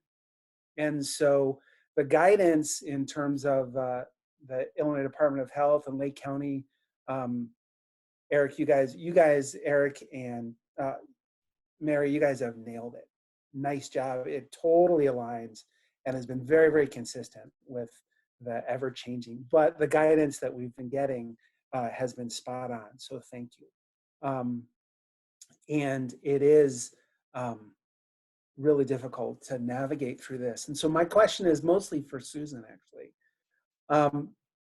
What we have seen, the way we have been impacted actually has been very little in terms of really health. We have had people that have been diagnosed and then have recovered. And we have a lot of people in our entire network that are compromised because most of our volunteers are older and so on. But we've been very fortunate that we've had very little impact in terms of from a health and safety standpoint. Where we have been just beaten up on has actually been when somebody has symptoms, whether it comes out positive or negative. When they have symptoms, there is this procedure where we're isolated, right, in terms of to be able to recover. And where we have seen that has been really impacted pretty intensely has actually been while waiting for a diagnosis. And so it's one thing in terms of a student, but it's a whole nother thing if we have a teacher and then there is this impact after the teachers are. So how I probably see it, and correct me if I'm wrong, so if I have a class that I'm teaching and now because I have a headache and a fever, which can come by multiple things and not even COVID related, and now I go get tested, now I'm waiting, so I'm out of the classroom where before I was in the classroom. What does that look like that I'm now no longer supposed to go to the classroom? I'm assuming increase in aides or teachers. But we've seen whole departments wiped out where we've actually shut down the food bank for 4 days, 5 days, because of just waiting for results or the impact of, I know two friends who know two friends who know two friends, right? That whole exponential compounding impact. So my question is, I know that you've prepared for this, so what's the plan for that? The second thing, the going kind of back and forth, some people remote, some people in class, some people remote, some people in class. Our meetings suck when we do that, where some are present and some are remote. They're just awful because it creates this weird dynamic. It's actually better if everybody is remote or everybody is present. When there's this blend, it doesn't work very well in terms of the dynamic around communication or around just delivering. The delivery style is different. So is it actually providing a better education to go back and forth? Or is it better just to pick one and just commit to that plan and just go that way? I guess that's my question. So let me answer the second one first. Is it better to pick one? I'm not sure there's a good answer for that, to be perfectly honest, right? We are in the middle of doing something we've never had to do before, and trying to, in thinking about it, right, there's no way for us to be 100% certain that any particular instructional method, right, is going to be more or less effective because, as I mentioned earlier, we don't have the same kind of background, right, in understanding, remote instruction or online instruction that we do with in-person instruction, because school has been built around in-person instruction for over 100 years. So can we manage? Yeah, we can. I think it takes a lot of creativity. It takes a lot of mental effort. And I know that is putting a lot on staff and administrators to figure out how to navigate those environments. I guess there isn't a clear answer for the second question. I think it is, we have to do the best we can to try to make sure we're meeting the needs of our staff, our students, our administrators, so that we can get the best outcomes we possibly can. Because, one of the things that we've talked about is, at the end of the day, there are not a lot of good answers here. They're sort of less bad answers. So in looking through what it is we're attempting to do, we're trying to provide safety as a priority, which, by the way, is any day in a building, right? You want to provide safety. It's just we have more things to concern ourselves with now, and a lot more unknowns than we're used to dealing with. So I do find, it challenging, but on the other side, for me, it's an opportunity as well, right? Because, quite frankly, education as an institution does need to change. So there are a lot of things that bring a lot of possibilities for families that we could, continue through the future if we look at it that way. Like if we say, how can we do things better? What are the additional opportunities? Can we grow and expand flexibility for families with regard to public education? I think the answer is yes. And so if we look at it that way, then we maybe can come out of this, wiser and better at the end of the day, even though, we've struggled through all of these things. With regard to staff, Mary will have to speak to the HR component because I don't know that as well, and I don't want to misspeak. But we do have the possibility technologically for staff to be remote, in other words, at home in quarantine, and teaching their class, right?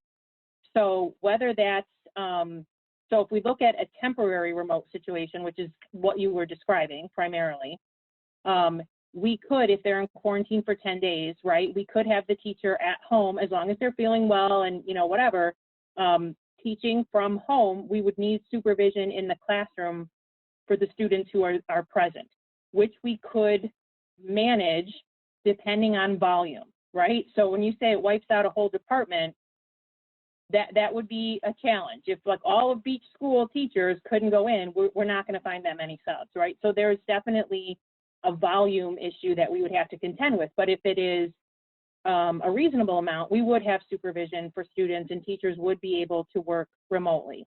Again, that there's an HR component there, so I'm just speaking about technologically and instructionally. Is it possible? Yes, it is possible. What we've tried to manage is looking at, like I said, teacher to student interactions, student to student interactions in a multitude of ways. So how can we have a teacher teaching, students who are present, teachers who teaching students who are at home? I think there's a bunch of unique opportunities. I agree with the meeting thought, right? If some are in the meeting because then they're making eye contact and whatever, and then the people who are on the, on the Zoom call are wondering the heck's going on. So yeah, for sure, that's definitely a problem. But instruction doesn't necessarily work that way, right? So if in terms like if we're like thinking, if I'm standing in front of the class and I'm trying to work through a math problem and explaining, we do need to think about how a student at home is going to ask a question, right, in a synchronous environment as the student who is in the class. So we are solving for that right now. Like, what are our opportunities to do that?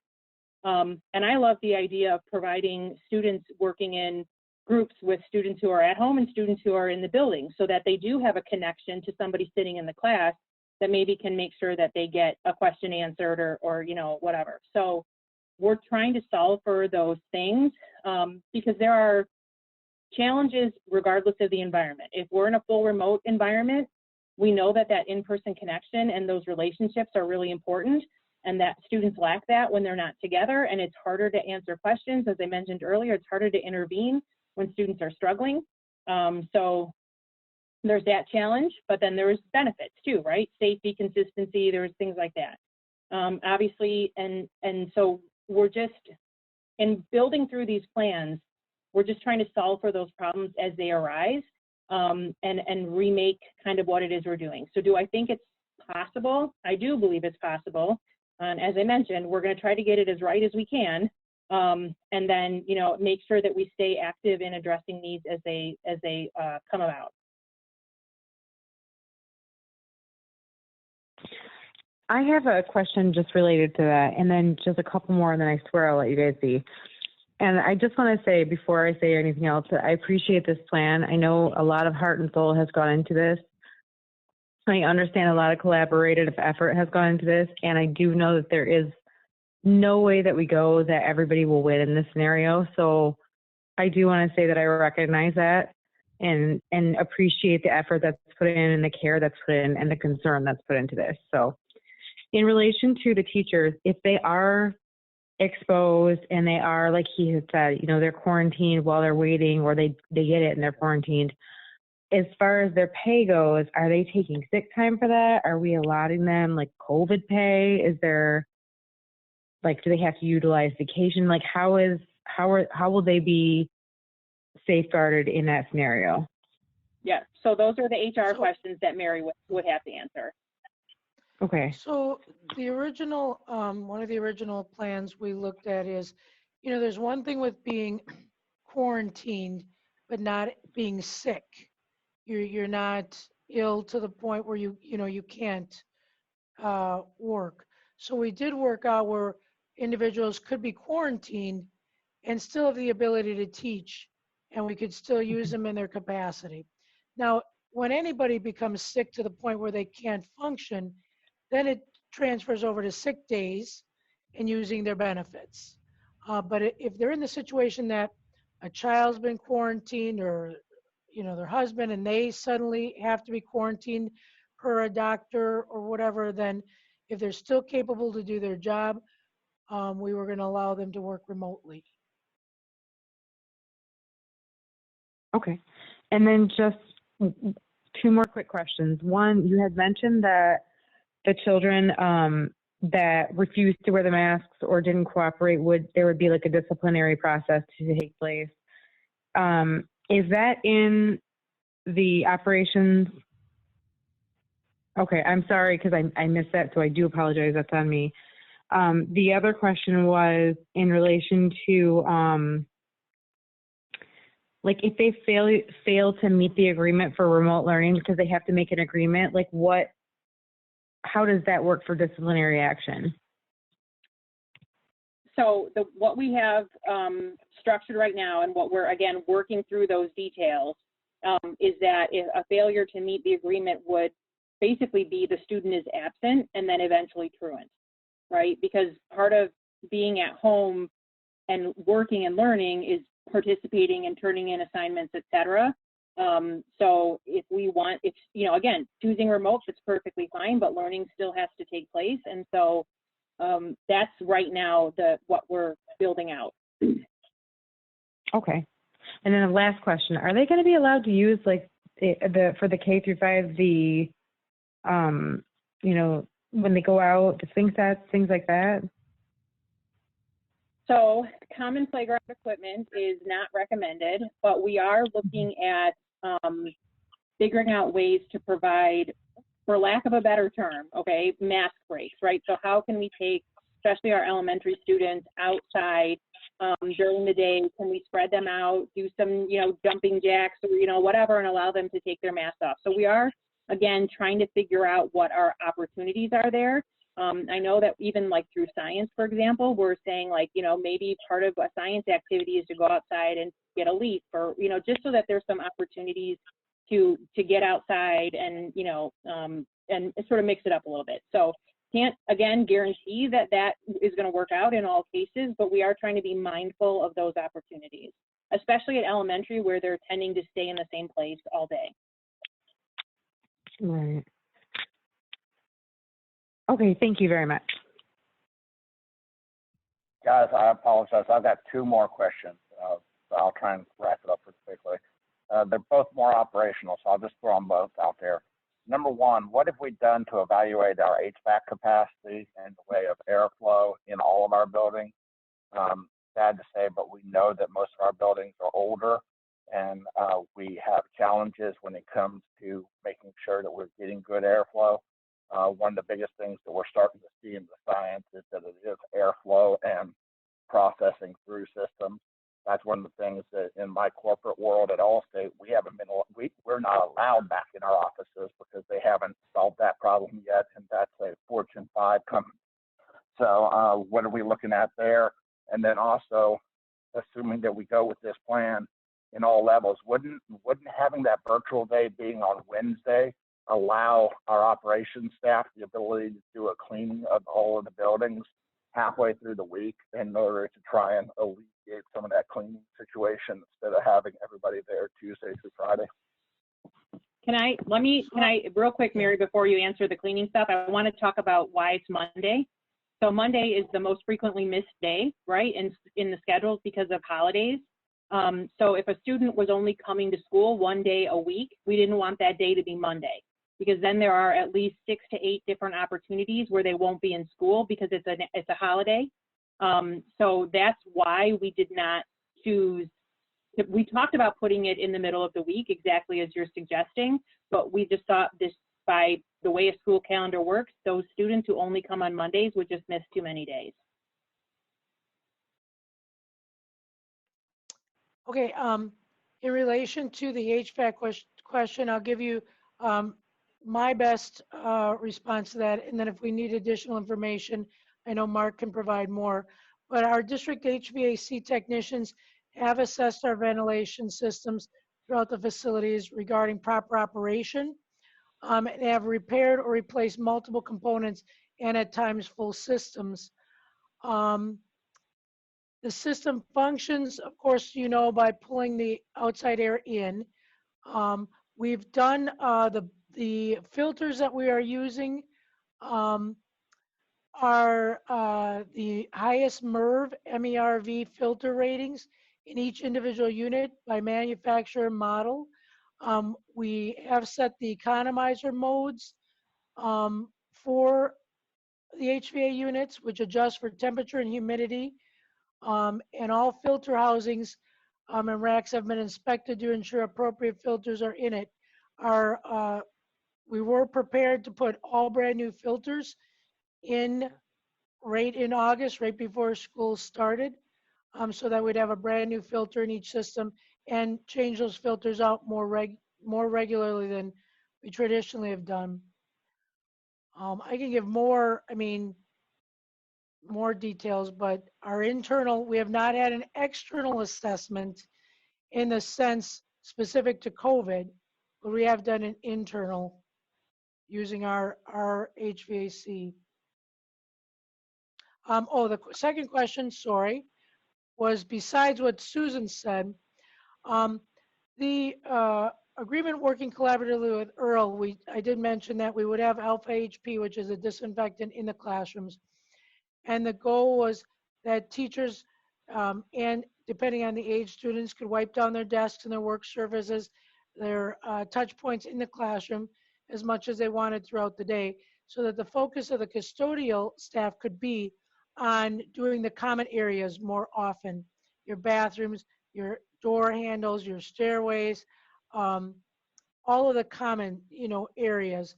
And they could concentrate on repetitive cleaning of those areas.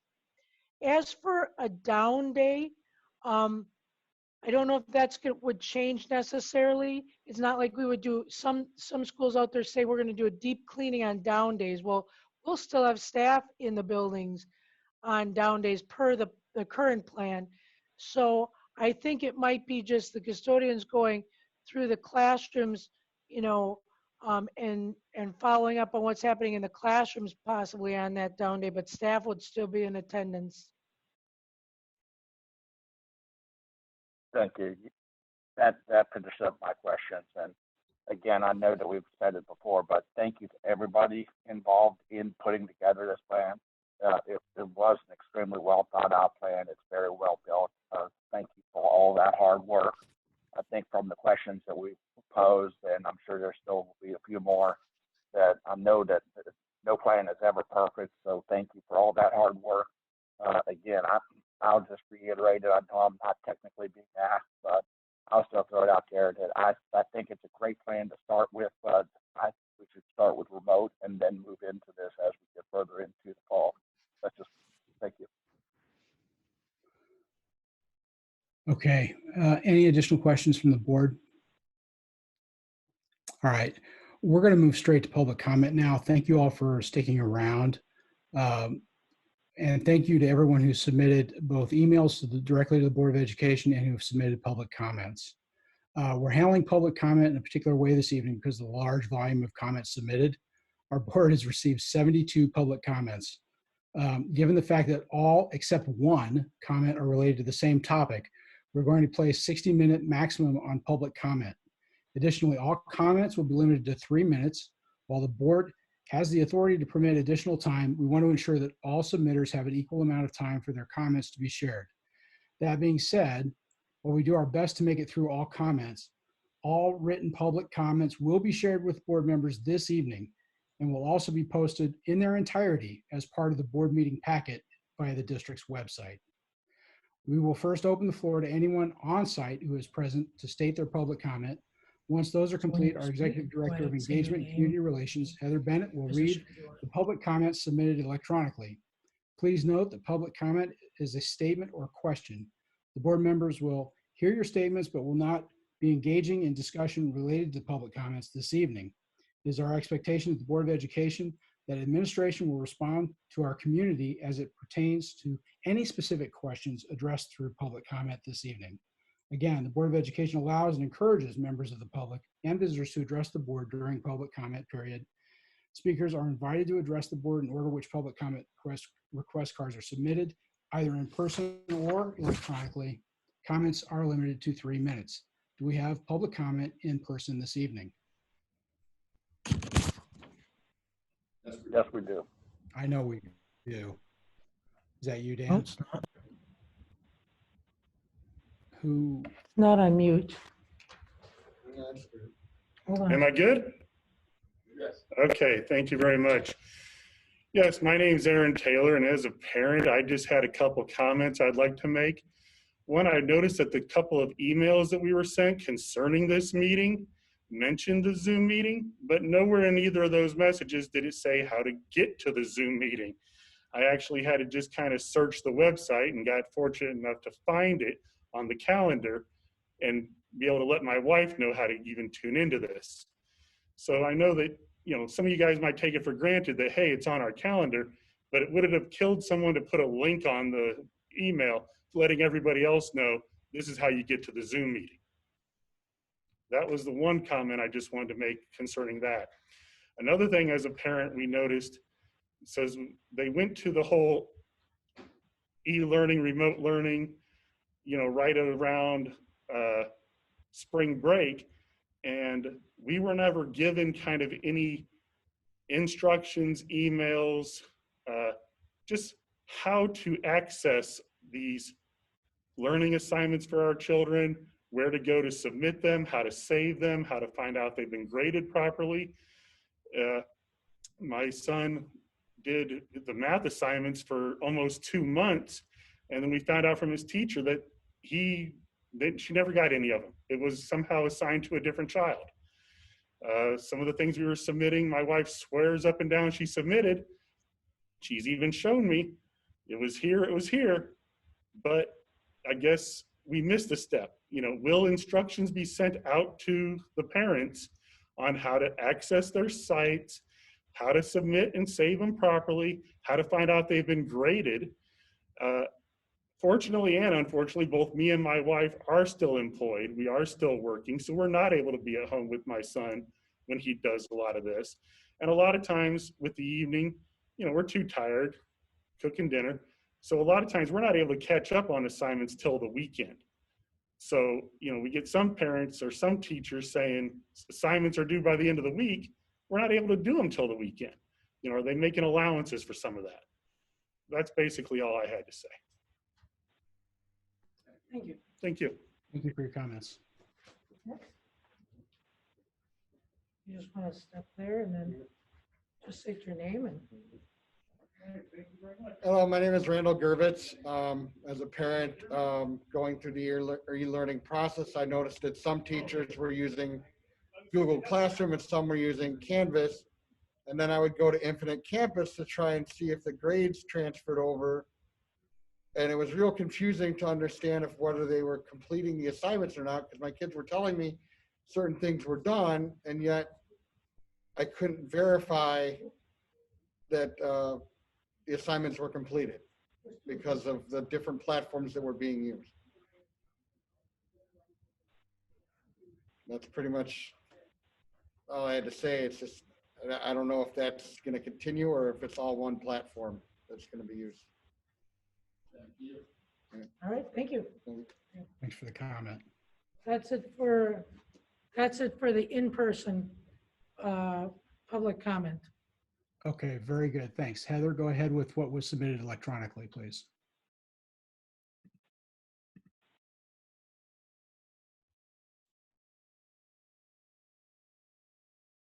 Can everyone hear me okay?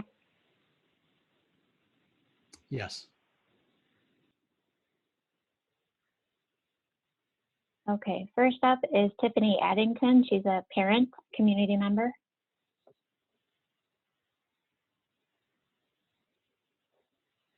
Okay, as the mother of both immunocompromised children and unaffected children who all attend Round Lake School District, What procedures, options will be in place to ensure all of my children receive a safe education? I believe returning to in-person school this fall would be a disservice to not only our children, but to the valued staff in Round Lake School District. We're asking more from our students and staff than the general public has even been asked to accomplish. Next up is Carol Martin, parent community member. I have an incoming 6th grader. What is going to happen so that they're confident in starting in a school they have never been to except for band last year?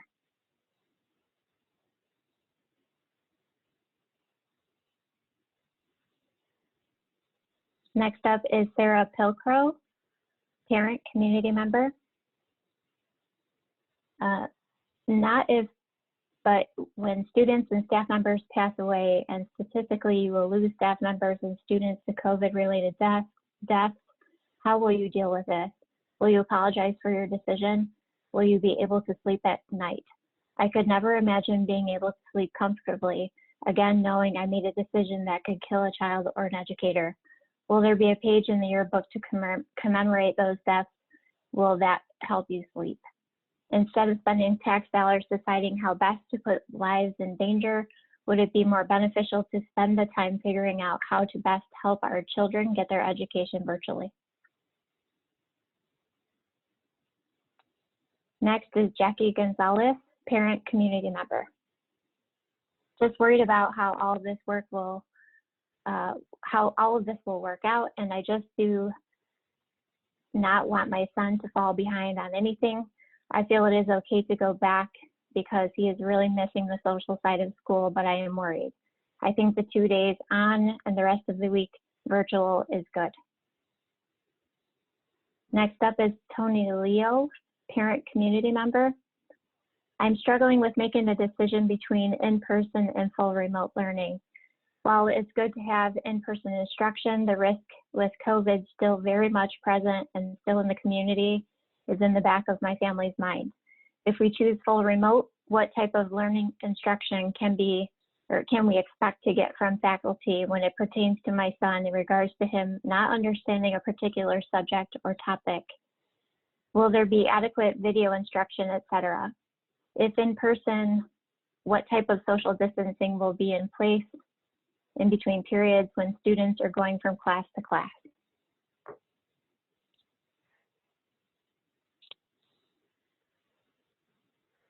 Okay, next up is Jennifer Puga, non-parent community member. What is the plan for the students who have IEP plans when it comes to remote learning? How will they be taught? Will they have the same time to take an exam as if they were in person at school? Additional assistance for them, etc. Next up is Sarah Potts, parent community member. My only concern regarding the district plan is for the children with IEP and 504 plans. Has their needs been considered, and is there a plan for those children?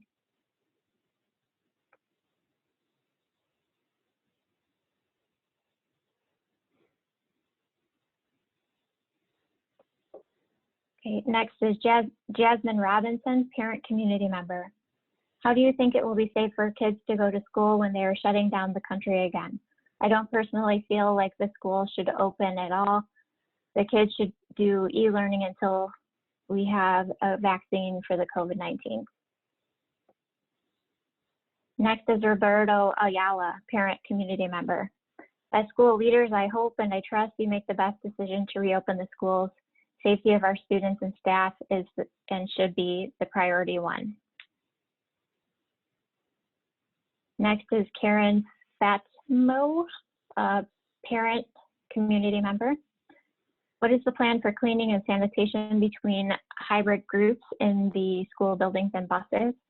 The way the plan is currently written, students would come on Tuesdays and Wednesdays or Thursday, Friday for elementary. Wouldn't it make more sense to have the off day in the middle of the week? Next is Kim Burka, staff member.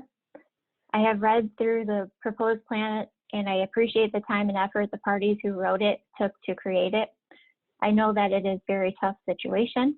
I just wanted to share that as an employee of Round Lake School District, I do not feel the proposed plan will keep myself, my students, and my colleagues safe. I also am scared that I will bring home the virus to my family, and I have a daughter who is high risk. Thank you for considering my viewpoint on this pressing matter. Next is Dora Mayer, parent community member. Why were the blended learning days chosen as Tuesday through Friday? Should they not have been Monday and Tuesday for A group and Thursday and Friday for B group, so a day in between the two sessions could be used for deep cleaning? How is the school going to be sanitized between the two groups of kids? Next is Crystal Brown, parent community member. For the grades 6 through 12 for the 1 day a week, what will be the sanitation procedure? Will they be switching classes? How will the passing periods work to keep social distancing and things sanitized? For the kids doing just e-learning, is there any way to have a one-on-one with a teacher if help is needed more than on a Zoom meeting? Everybody still with me?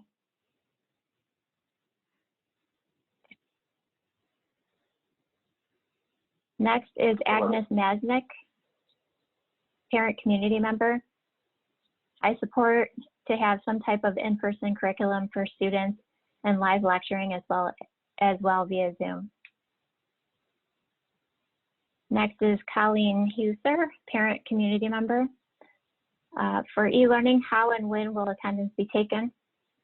For e-learning, will there be occasional opportunities for a one-on-one Zoom session? This could be to help the student be comfortable with the teacher, but also for assessing where they are at. For example, to have kids on different levels of reading or math. For e-learning, will we still be able to do a parent-teacher conference over Zoom? Next is Karen Patnow, parent community member. For hybrid, what counts as attendance? Joining a Zoom meeting, participating in Zoom meeting, completing and turning in an assignment, etc. I will be working with my son, who is also attending school, so work may need to be completed later in the day. How is the district supporting parents, students, and teachers with this challenge? Next is Sharon Berger, parent, community member, staff member. Thank you to the board for allowing me to explain my concerns about returning to school this fall. I share my concerns as a parent whose child attends Round Lake High School and is a district staff member. I've chosen remote learning for my daughter because I am not convinced that it is a plan for her to return to school, regardless of the smaller class size. I can't imagine how she will possibly concentrate seeing her teacher wearing a mask and other PPE. She would be too stressed wondering if her fellow students are carriers of the virus. The hallways are already overcrowded. How will you expect to maintain social distancing, especially if students don't comply with wearing masks? How do you ensure the children are protected at lunchtime when they take their masks off? What if the person she is sitting next to sneezes and unknowingly they are carrier of the virus? I recognize these details have yet to be worked out, but nonetheless, I am not risking my own child's life when the risk outweighs the rewards of a person learning. As a staff member, I'm very concerned about the elementary students' mental and physical experience they will receive. You cannot expect elementary children to be self-contained in their classroom for the entire day with limited bathroom breaks. What kind of social emotional benefit will they receive if they can't hug their friend, hug their teacher? How can we possibly enforce elementary students to remain 6 feet apart in a hallway, in a bathroom? In my role as LMA changes and I need to assist students, how can I be assured that the child I assist and myself are protected, especially if the child takes off their mask and sneezes on me? What then? Am I taking germs home and now risking my family's life? There is a solution that the district and board can enact. I recommend the school move to a 100% online learning for the start of the school year. We should remain remote learning until Illinois has 14 days of no COVID cases reported. That is the only data we would have to ensure it is safe to go back and ensure our children and staff is not in harm's way. Let's work together as a community to make this happen.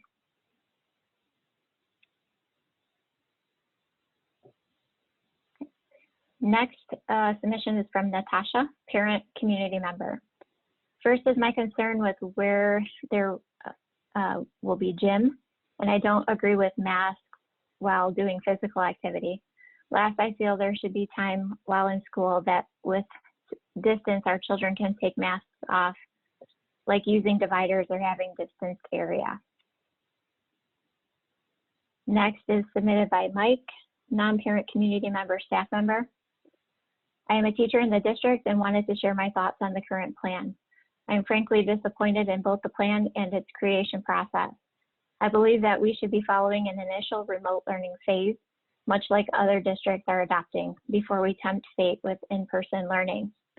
I'm also disappointed that when analyzing the survey data from parents that showed 72% would choose a remote learning option if it was available, and only 12% of families would need a form of childcare, our district decided to plan out an in-person model, seemingly ignoring the desire and capability for remote learning within the community. I'm further disappointed by the lack of conversation with teachers leading up to this point. We received one survey that only asked us if any of the 3 specific restrictions would prevent us from working in person. Not if we were comfortable returning, not if we had concerns, not if we would need to take leave. All questions that could have been asked before we were shown this plan, but we were only asked if we could, and that is the only data you see from us that was used in this plan. I honestly believe it is reckless and unsafe for us to attempt this model while there is still so much uncertainty around the virus. New information is coming out every day regarding the spread within younger age groups and the long-term threats it poses. It is for all of those reasons and more I have not addressed due to time that I feel we should not be opening for any in-person instruction this fall. And take a quick drink.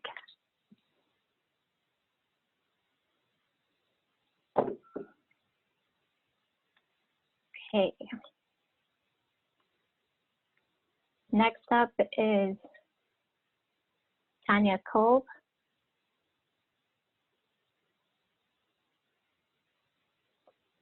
Who is a non-parent community member, staff member.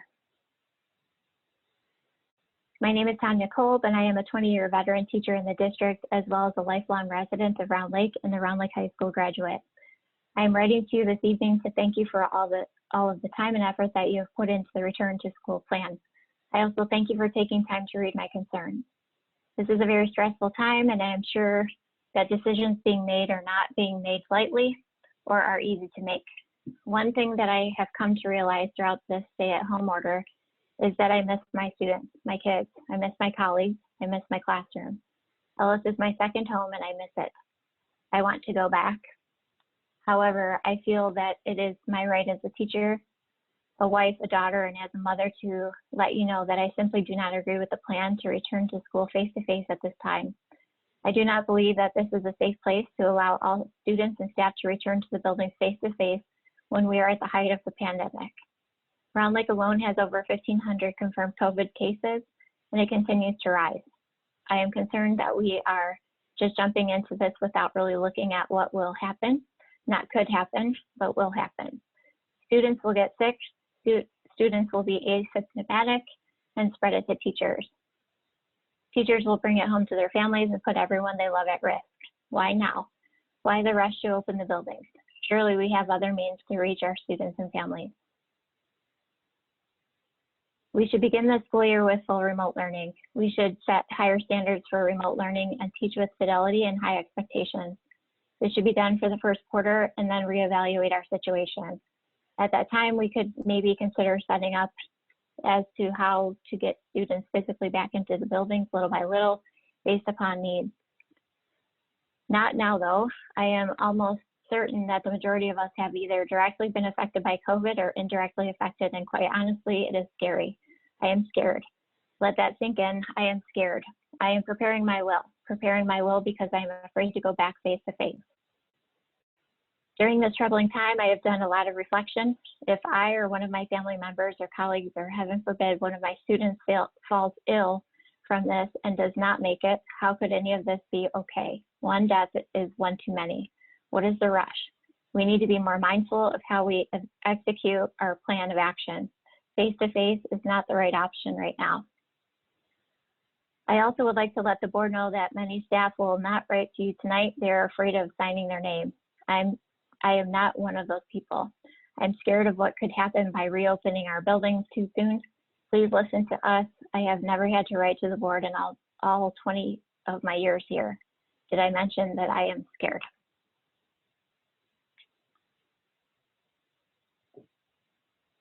Next up is Gianna Carrillo, parent, community member. Will neck gaiter style face coverings be allowed? These can be pulled up and down and stay on the neck when not in use. I feel it might be easier to use and will not touch multiple surfaces when not in use to cover the face. Next is Carol Franzi, parent, community member. One day in school attendance is not enough for middle schools, let alone any age. Is online classes going to be virtual classes, just like they were physically in the classroom? Next is Audrey Steffens, parent, community member. I support being able to choose a safe blended environment or virtual environment for my child. I will be choosing the blended learning option for my child. Cindy Vasquez, parent, community member. Concerned about putting child back on an IEP because he has difficulty keeping up with and comprehending the amount of reading materials. Will there be extra help?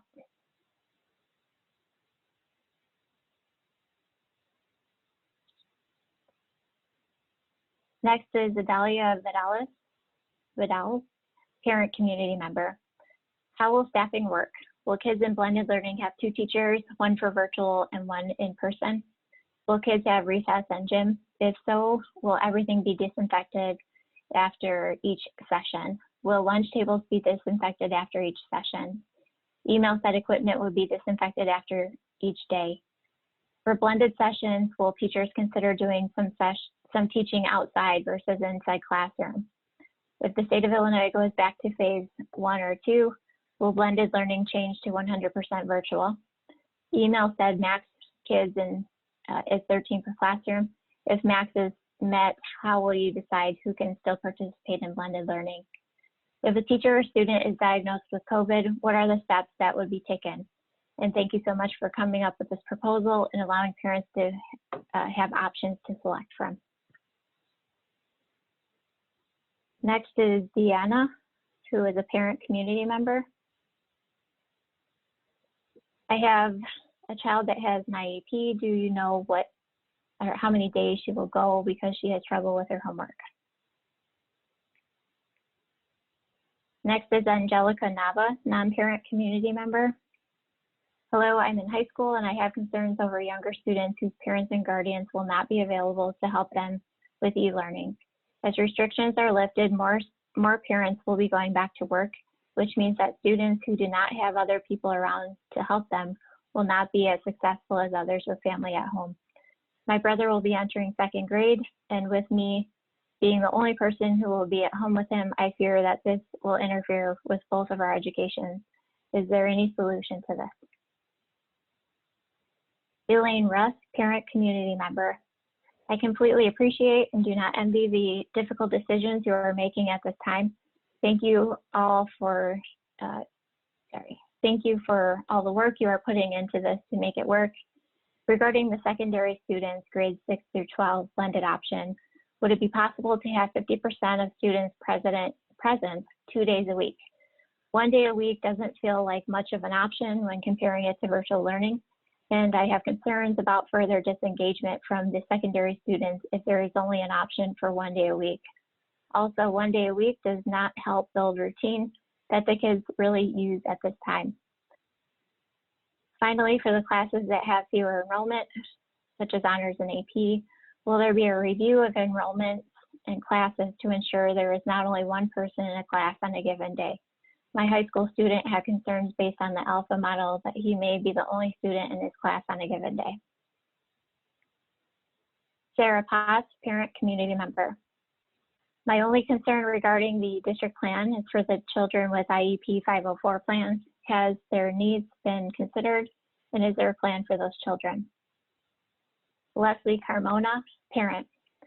If someone ends up testing positive in the classroom, I assume everyone in that classroom would need to self-quarantine. If that does happen, does the parent then have the choice to do full remote learning instead of blended learning due to obvious safety concerns? Dulce Castellanos, parent. I'm a mother of a future third grader. She misses school, but she understands that being around people is not safe at this moment, not even visiting family or going to the park. I'm afraid of even thinking of sending her to school. Coming back to school this fall sounds dangerous to me as a mom. I'm very thankful for your plan and for trying to offer a safe environment to my kid, but I don't think school is safe at this moment. My kid has been in isolation for a while, even when the numbers were low. I don't understand why to risk kids and staff members now that the numbers are higher. Plus, teaching my kid to wear a mask for her safety, it's important, but it's giving her anxiety just to think to wear it for a long time of period. Thank you for all that you do, but I don't agree to expose my kid at this time. Next is Justani Gomez, parent. What is the plan for lunch, and can parents take food from home to school for their children? Next is Michael Findley, parent.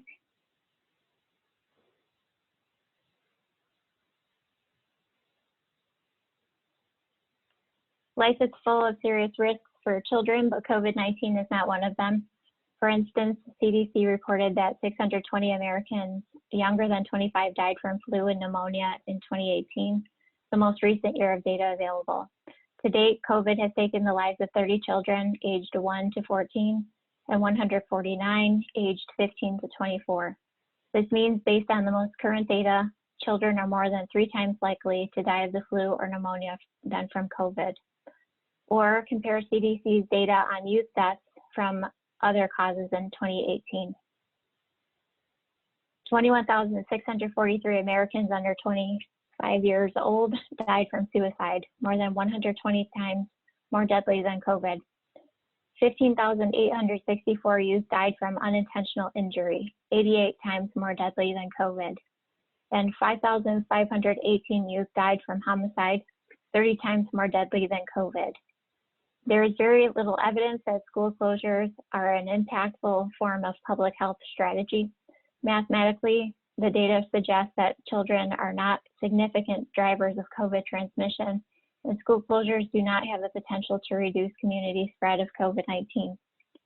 This week, Dr. Robert Redfield, the director of the Centers for Disease Control, expressed his concern with school closures and said, "We're seeing, sadly, far greater suicides now than we are deaths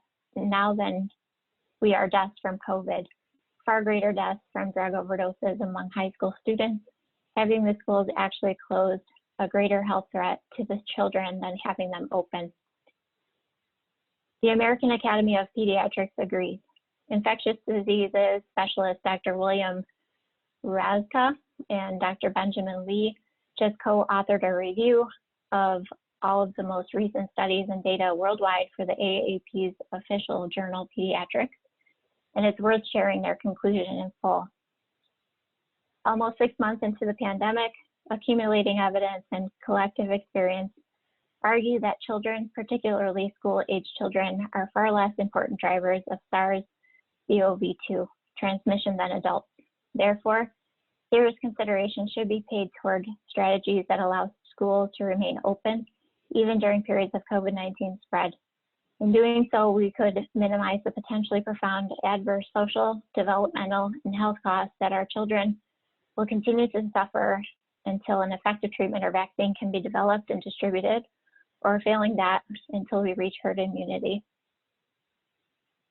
Our teachers in Round Lake schools are more than just educators to our children. They are caregivers while the community is at work. If it weren't for my son's teacher in first grade asking us to have him tested, we may not know that he was on the spectrum. There is a need for medical care, dental care, and nutrition for our community that our school district has proudly stepped in to fill. The need doesn't go away because the school is closed. Our teachers and staff have done a great job identifying those needs, but that is a tough task when the kids are forced to learn from a distance.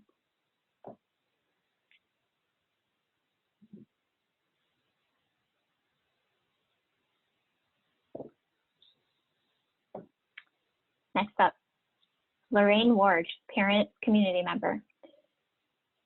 During remote learning, how are the necessary materials, like books, etc., to be given to the students? How are you going to handle choir during remote learning? Next is Jesus Gutierrez, parent. Will you be requiring our students to sign a waiver of liability release, also known as a death waiver, in order to attend school? I am curious to know what action we have if our student passes away in terms of civil and criminal action against the school board, district, and administration. Next is Arlette Juarez, staff member. At Transition Center, 4 job coaches shared a small room. It would be impossible to be 6 feet apart, and there is no other room we can use in this building. My other concern is going out to other buildings or work sites with the students. This situation puts us at higher risk, not only at school, but we are also risking our own family's health at home. Please consider our situation since it's very different from others in the district. Next is Katarina Talar, parent, community member. I'm concerned about my 6-year-old that 2 days is not enough for her to learn anything. We both work during the day, and having school just 2 days a week is a huge problem. Now we have to find someone to watch kids and teach them as well and help with e-learning. This comes with a lot of financial struggles that we cannot afford now. In addition, this half at school, half e-learning puts us in a situation that one of us will have to quit our job and be full-time parent and live on one income since babysitting is so expensive. Next is Rocio Coronado. I'm concerned about everyone's health in general and have enjoyed studying with my child, but the language is an obstacle I don't know, the sound of the letters, and it frustrates me not being able to help my child to learn to read. Thank you for your understanding and support. God bless you. Next is Colin Clark, staff member. Why open back up now when there are more COVID cases than when we closed earlier in the year? How do you justify listening to science at the start of the year and not listening now? That being said, more specifically to the plan details, how is it responsible leaving the job of checking temperatures to the parents? We all know that there will be parents that drop their kids off without checking or ignoring the temperature so they can get the kid out of the house. Lastly, how can the plan be to only shut down part of the school when there's a case of COVID? How are you going to account for every place that person has been or how many people they talk to closely? It seems awfully cavalier with the health of your teachers, administrators, and the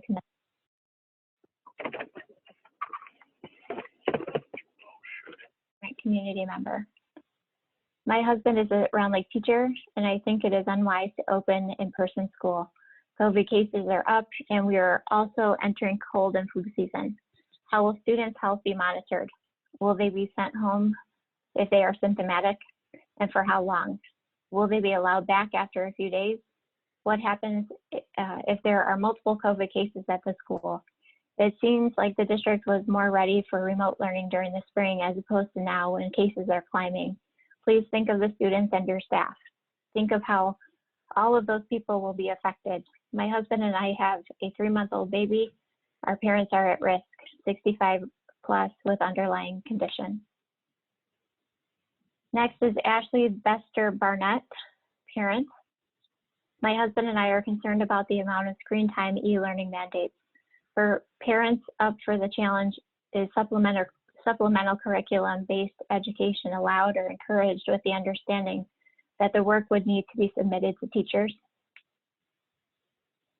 Next is Matthew Weber, staff member. Across this country and in Lake County, the numbers of COVID-19 cases are increasing. The likelihood that schools will be relegated to remote learning by the governor within the first quarter seems inevitable, as schools have been proven grounds for high transmission. Rather than rolling out a plan that will undoubtedly contribute to a rise in cases, if we focused on energy and resources toward improving upon our remote learning delivery, we would be better serving our students while not endangering anyone. As a district that is already one-to-one or very nearly one-to-one, every student has a device and most teachers already have a decent command of online learning tools. With some additional training and guidance, we could really make the most of the tech we already have and deliver online learning that is exceptional.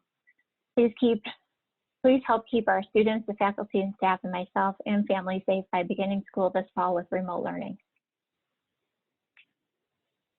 Next is Robert Rowe, parent community member. Let me preface this comment with the fact that I am disappointed and disgusted with the administration's decision to endanger students and faculty members' lives by even considering in-person learning at any level. Schools were shut down when COVID-19 cases numbered in the hundreds of thousands. Right now, we are at over 3 million. 3 million active cases in America, and you are choosing to reinstate in-person learning. I don't understand how these facts are remotely reconcilable. I am curious, and I'm sure your staff and students are curious, as to what you will do when there's even one confirmed case among students or teachers, because your plan falls apart under scrutiny. If a teacher were to be confirmed with the virus, because I know you must have plans to be actively testing for it as such as you could be, right? That teacher must quarantine until they are no longer ill. That must mean that at the very least, every single one of the students they taught in the past 2 weeks must similarly be quarantined and tested. And if any of these children are tested positive, then every person and teacher from every class that student participates in must also quarantine and be tested. And there goes the entire premise of starting a semblance of in-person learning. Give me and the community a good response to this, along with your written plan as to when people get the virus at school. You must have a plan, right? If there's no plan that actually goes into specific details for when this happens, and it will, then reconsider. Every death and illness that occurs in schools due to this is a failure to your administration. Next is Lisa Page Pierce, parent, community member, and staff member. As a high school parent and staff member, I first want to thank the entire school administration for the constant communication to me as a parent and as a staff member.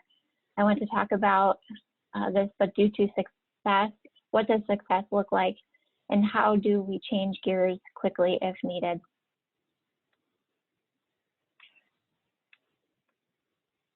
Next is Jury Pulver Settler.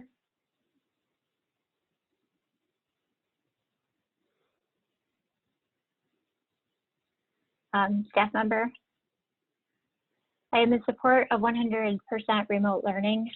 Anne McCrae, RN, a school nurse from Washington State, articulates my concerns better than I would be able to because I am not a medical professional. I've decided to submit her advice for District 116 to consider. I've edited it slightly to fit our community. There is no such thing as a safe return to school in a global pandemic with a deadly airborne virus with silent carriers and community spread. Educational administrators are not medical experts. Even if you claim to follow guidance of health officials, you are still not medically trained and are making decisions based on the desire for normalcy in the education system. Masks do help prevent droplet spread, but let's be real about kids wearing masks. It is laughable, if not downright foolish, especially in elementary and middle school. I dare say the thought of even getting staff to wear properly for 7 to 8 hours a day is going to be a challenge. The CDC, the Illinois State Board of Education, and Illinois Department of Public Health guidelines cannot be followed without a significant increase in manpower. Significant. Two things here. One, I don't see District 116 posting for additional help, and two, I don't see people jumping to come work in public schools right now because it isn't safe. We're asking parents to self-certify that their child is not experiencing symptoms of COVID every day, and upon entry, the elementary building's temperature checks. We cannot trust with 100% certainty that the self-certification system will prevent sick individuals from attending schools. It is unrealistic. There are distinct differences between cleaning, disinfecting, and sanitizing. None of them are called deep cleaning, which is being thrown around by districts to falsely comfort families. What is the definition of these categories? Which products are used for each, and which staff are trained and allowed or not allowed to use this product? What are the proper protocols for each product, and where can we find that information? These are but a few points out of 100 that school nurses have been talking about since closure in springtime, when case numbers were much lower than they are now. Again, there is no such thing as a safe return to school in a global pandemic with a deadly airborne virus with silent carriers and community spread. To attempt to do so is gambling with human lives, foolhardy and reckless. Yes, distance learning is difficult and a hardship for many families. However, the deaths of teachers, students, parents, and grandparents in our community is a tragedy we cannot and must not be willing to risk. Additional evidence that in-person learning will result in more cases of COVID comes from Israel. According to a report from NPR, 2 weeks after Israel fully reopened schools, a COVID-19 outbreak swept through classrooms, including at least 130 cases at a single school, and led officials to close dozens of schools where students and staff were infected. A new policy orders any schools where a virus case emerges to close. The comment goes on, but we've exceeded the 3 minutes. So as we said before, the full comments will be posted later today. Next up is Tanya McCain, parent. If in-person numbers are low, would it be possible for students to attend in person more than 1 day per week? Is it possible to revisit a full return to in-person classes on a quarterly basis rather than semester basis, as this presents a huge financial struggle for families not having kids in buildings? Alexandria Banat, staff member. I'm a teacher in the district and want to share my thoughts on the plan for returning to school, because up until this point, I've been feeling as though the voices of parents and teachers are going unheard. 72% of parents said they would choose a remote learning option if they were able to, yet the district still chose to create a blended learning plan instead. While it is important that we have a plan for when it is safe to return to a blended model, and I appreciate the work that went into that, do we really think it is safe to return to in-person instruction when cases of COVID are on the rise once more? As far as teacher input, we were not given the option to voice what model we would be comfortable with. We took part in one survey that never asked if we would be okay with returning. We were only asked if there were any medical or family reasons that would stop us from being able to return to in-person instruction in August.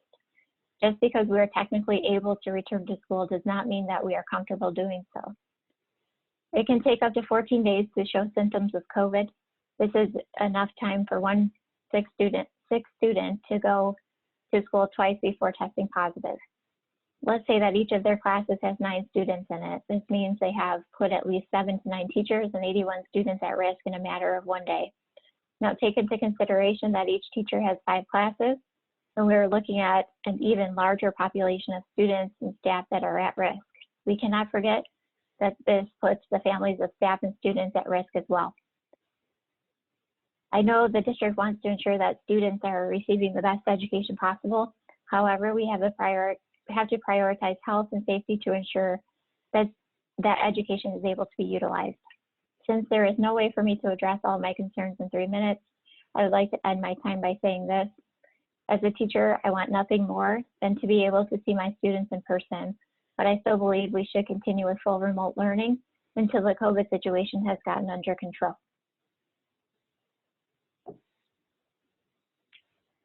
Next is Augustine Vega, parent. The school is not going to be the same as before. Next is Cecilia, parent. For my part, I think that the first semester should be online because I do not think that children take the necessary precautions to avoid infection. Next submission was by Norma Angino, parent, but the comment field was left blank. Next comment is from Mike West, staff member.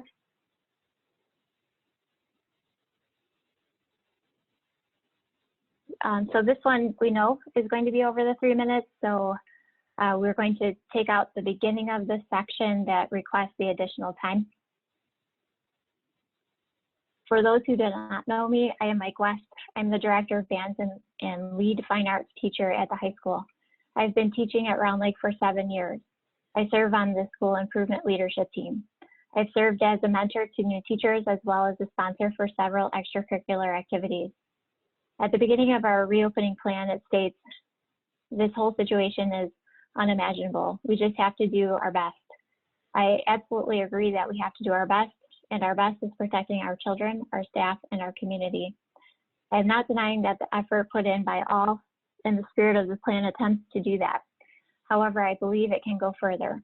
There are many questions that I have, but to list them all would take an immense amount of time. I will continue to direct my questions to the administration and union through the channels they have provided. I am limiting my public comment tonight to the core issues. In regards to our reopening plan, I recognize and appreciate the efforts of the board, our administrators, and union. The task that currently faces every community is undeniably challenging. These decisions are ones we never thought we would have to make. They have fallen on the shoulders of all of us due to a lack of leadership at the federal level. So while I disagree with the proposed plan, I want the board members, my colleagues, and my community to know that I am here to be a part of the solution. I am not here to shame anyone. I am not here to point fingers and incite guilt. 2 weeks ago, I was optimistic about in-person learning. I was eager to get back to the classroom. I knew it was not going to be the same. However, I was ready to still provide my students with the best educational experience possible. That second part has not changed. I first argued that our results from the parent data are now obsolete. We have seen a rise in COVID cases since this survey was administered, including the outbreak at Lake Zurich. Stories like these have most likely has shifted public opinion. For the month of July, Lake County has been on an upward trajectory in new cases reported. These numbers parallel the numbers we saw at the end of March and beginning of April.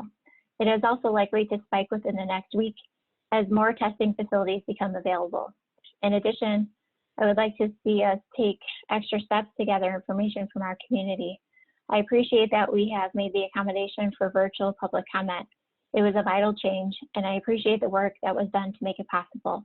I think we would all agree that because that accommodation was only made today, it is unlikely that we are hearing from all of our stakeholders.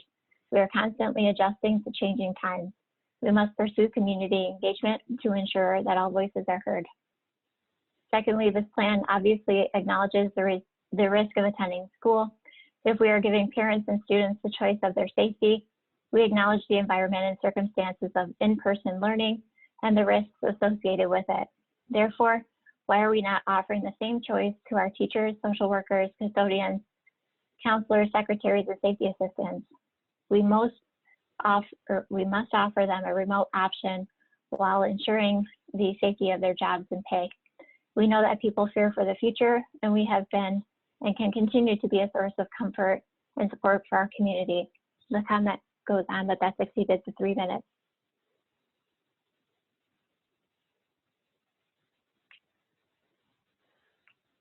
Next is Lauren Campbell, staff member. We understand the push to reopen our schools. Believe us, there's nothing we miss more than being face-to-face with our students.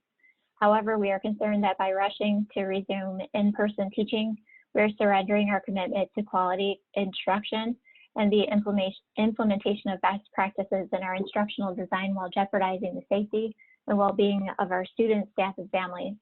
Is remote learning ideal? No. However, rushing to return to school while disregarding the instructional methods that will truly meet the needs of the kids feels irresponsible and unethical. Not only will we be jeopardizing the health and safety of students and staff, we will be providing an education that could be just as easily and far more safely delivered under a virtual model like this plan suggests.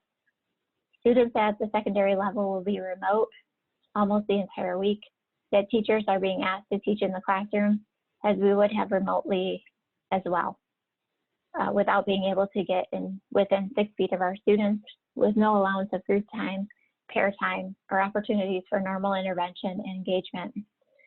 We would like to stress above all the urgency in making a decision and giving teachers, students, and their families answers. We feel like this was our greatest pitfall with remote learning in the spring semester.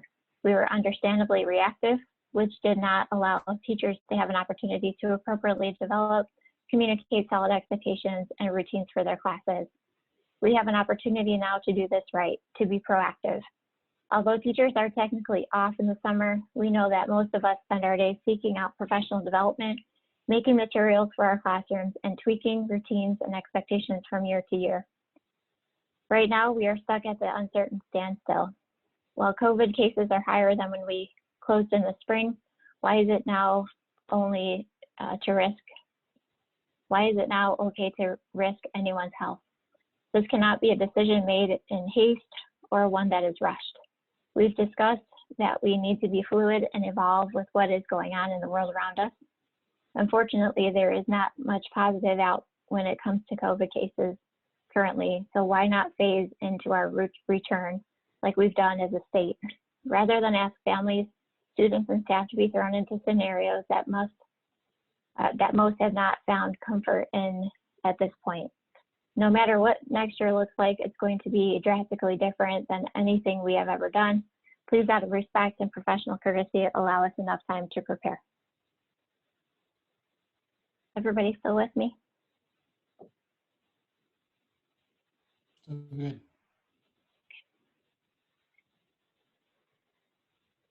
Next is Joseph Scof, parent community member. My first question is why any of these mandates are happening. Actual data from the CDC, the WHO, and other countries like Sweden, Denmark has shown that children up to adults of the age of 45 are almost at a 0% risk to be not fatally affected by this virus. Not only that, but children have shown do not even spread the virus to others. To be clear, facts and data shows the seasonal flu is a greater risk to our children than COVID-19. As for the spread of the virus among children to adults, the WHO has done actual contact tracing of asymptomatic infected children, and the actual studies have shown that they do not transmit the virus to others. Again, this data is from actual contact tracing, which leads me to why I'm deeply concerned with the mandatory mask mandate and the back to school plan. All I keep hearing from the experts is that the science is clear that face coverings are an effective way to stop the spread of coronavirus. But where is the actual science? Where are the proven studies that show that face coverings were tested against the virus to show that it is stopped? All the actual studies I have looked up show that the face coverings provide no protection from influenza and other SARS-like viruses.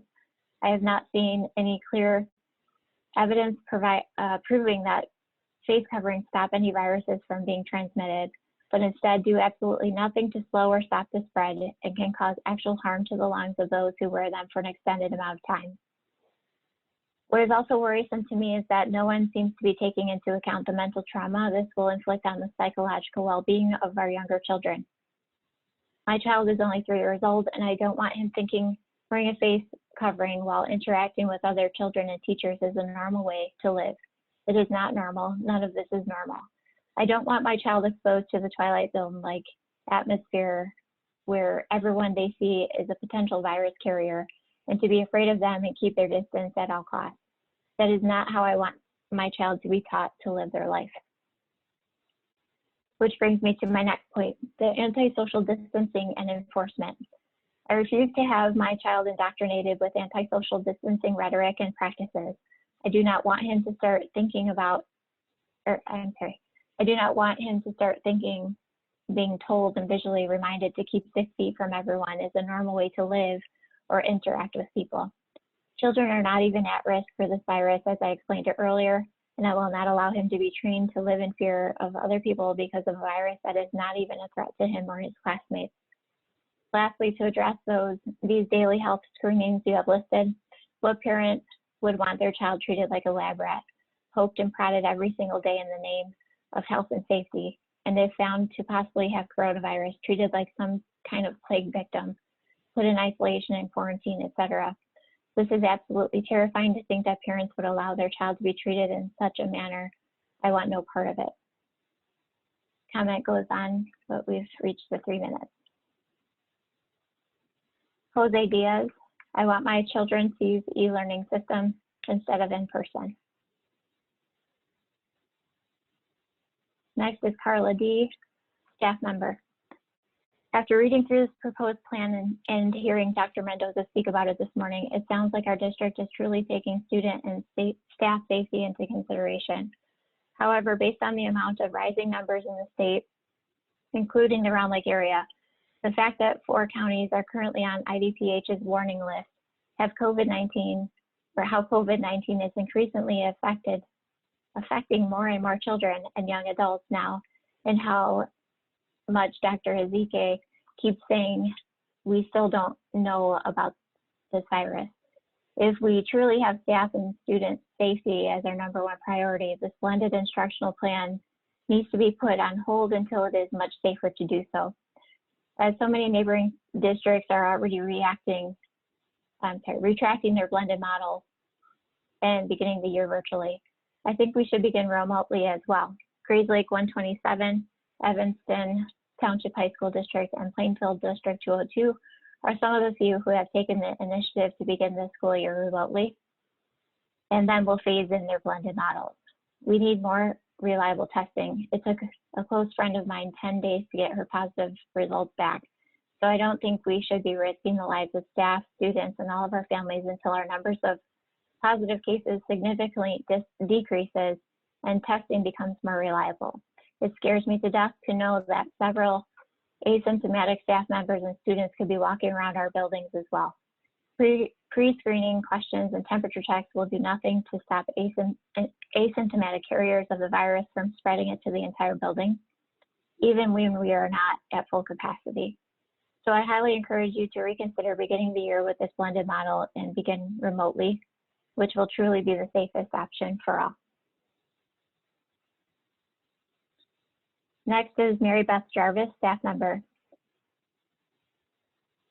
I am a veteran teacher with over 25 years experience teaching. I will be starting my 6th year at Round Lake, and I am very concerned about the district's reopening plan.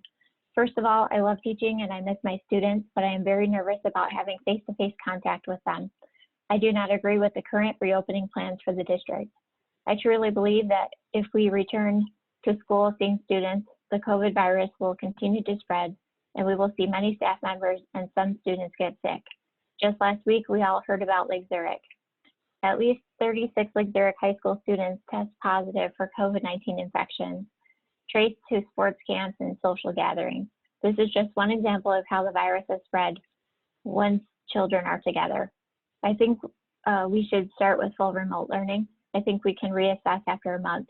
I know that our Round Lake teachers can provide a quality education to the students throughout the remote learning. We will do everything we can to help our students succeed.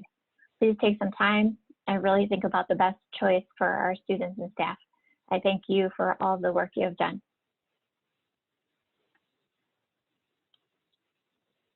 Roberto Ayala, as a parent. As school leaders, I hope and I trust you make the best decision to reopen the school. Safety of our students and staff is and should be the priority #1. Bridget Heroff, staff member. The reopening plan relies heavily on the assessment and clinical judgment of the nurses. While it's wonderful that we have at least one full-time nurse in every building every day, these nurses simply cannot be in multiple places at the same time. There will now be a quarantine location that will need a supervisor as well as a supervisor in the health office so that the nurse can go between locations. There is also extensive screening planned for the elementary levels, and new procedures will need to be created for assessing daily health needs, administering medications, and conducting routine medical procedures. This is on top of the already chaotic beginning of school year tasks the nurses undertake, verifying health compliance, creating emergency healthcare plans for students with medical needs, and educating staff in regard to health issues on a need-to-know basis. How does the district plan to support our nurses in this scenario?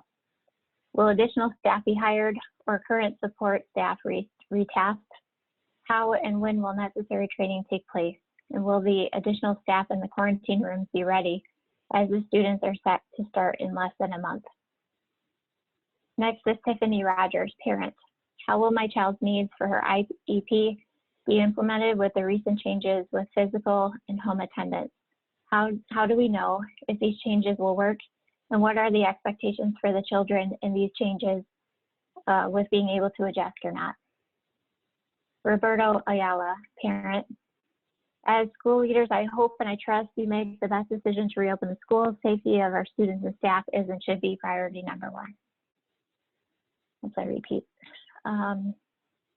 Patricia Gomez, parent community member, comment field is left blank. Lisa Lewis, parent community member. I don't see any details on the improvements made to the remote learning. There needs to be more structure, consistency across the board, communication, even the student portal needs work. Resources for new topics and more reliable access is needed for parents, especially those of us working with more than one child. I understand that there was not time in March, but it wouldn't work long-term the way it was set up. And it's hard to make a decision with no facts regarding the actual remote learning changes.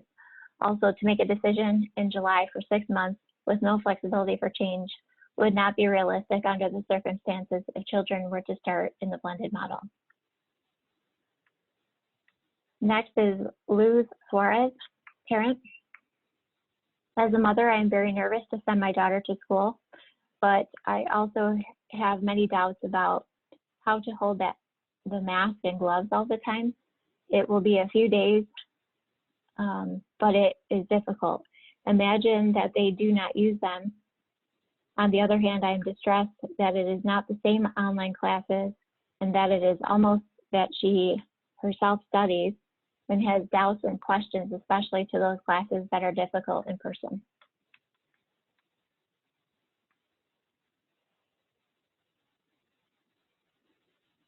Next is Sherry Burka, non-parent community member. My mom works for Round Lake School District, and I am concerned about her going back to work and risking her bringing the virus back home or getting it herself. My little sister is high risk and was crying because she was also scared about our mother going back. Thank you for listening. Teresa Valderrama, parent community member. Will there be any after-school activities like sports for any grade or curricular activities after school? And will you allow any Cub Scouts and Girl Scouts to hold meetings at your schools during the pandemic?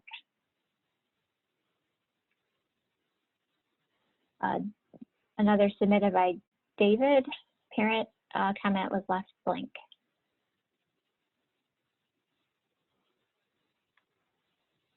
Next is Patrick and Zara McGuire, parent, community member, staff member. First of all, I'd like to commend the district for making a concerted effort to build a reopening plan despite the lack of guidance from the federal government and knowing that recommendations from the state are changing all the time. That said, as a parent, I'm very concerned about allowing my children to return to school in person come August.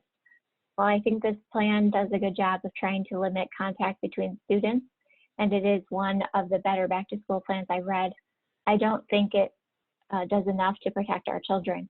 I don't feel this is due to a lack of care or ability, but simply because we've gone about addressing reopening the wrong way.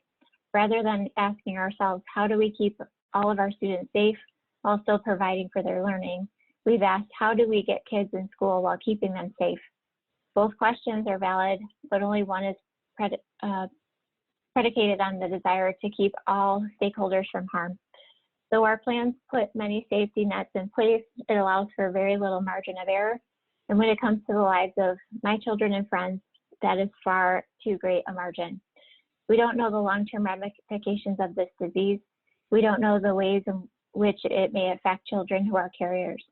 Research has only recently come out that shows children can be asymptomatic carriers rather than playing a guessing game regarding what might work, but that could potentially cost lives. We should refocus our efforts on the development and implementation of robust 100% e-learning opportunities for our whole district. In the coming weeks, we know that our current plan will change. As it is, the plan provides very little information about how the hybrid day will function, which is worrisome. The unfortunate truth is that unless things in Illinois improve, we will likely find ourselves in a position where school buildings in Illinois are forced to close their doors again. If and when that happens with our students, will our students have sufficient, robust, engaging online learning? As of now, it doesn't seem like they will.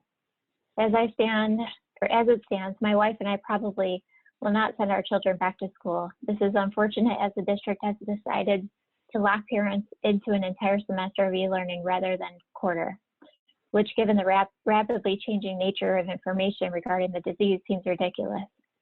It breaks my heart not to send my boys because they love going to school, but I love them more and I am not willing to risk their health for a desperate grab of normalcy.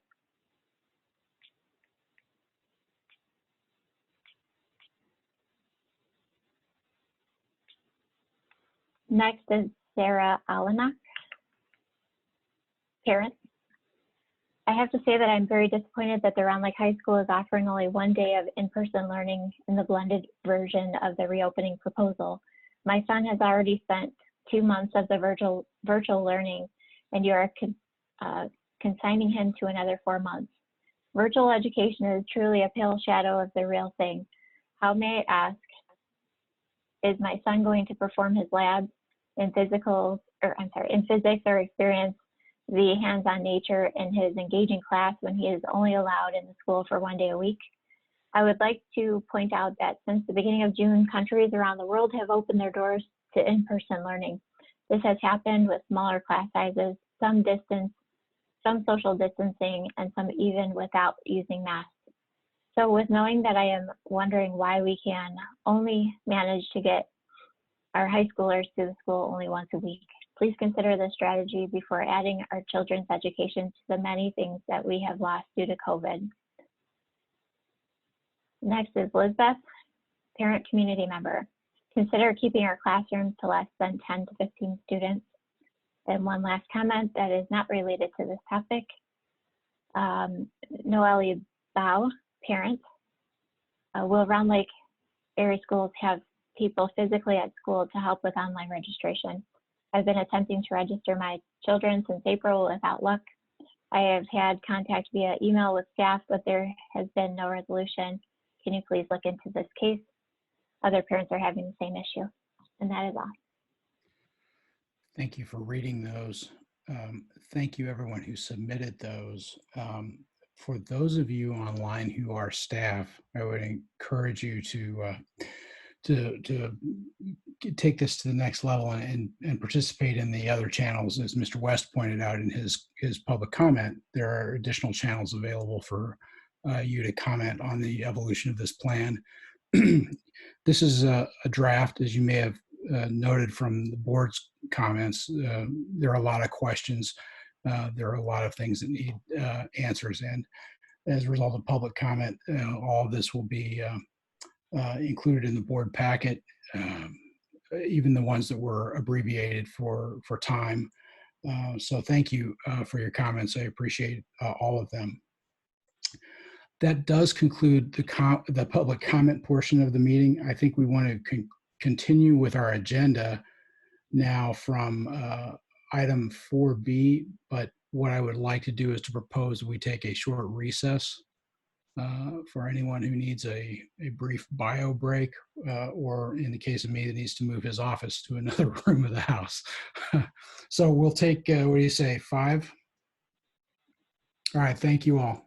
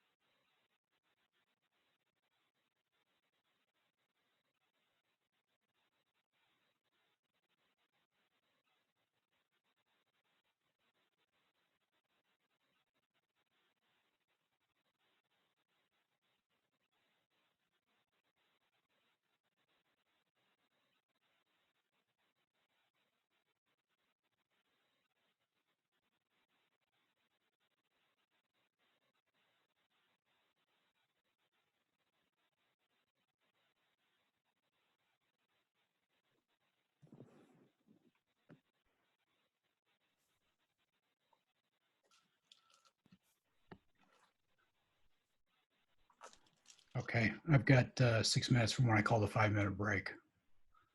So I see Annette's back. I see Scott is there.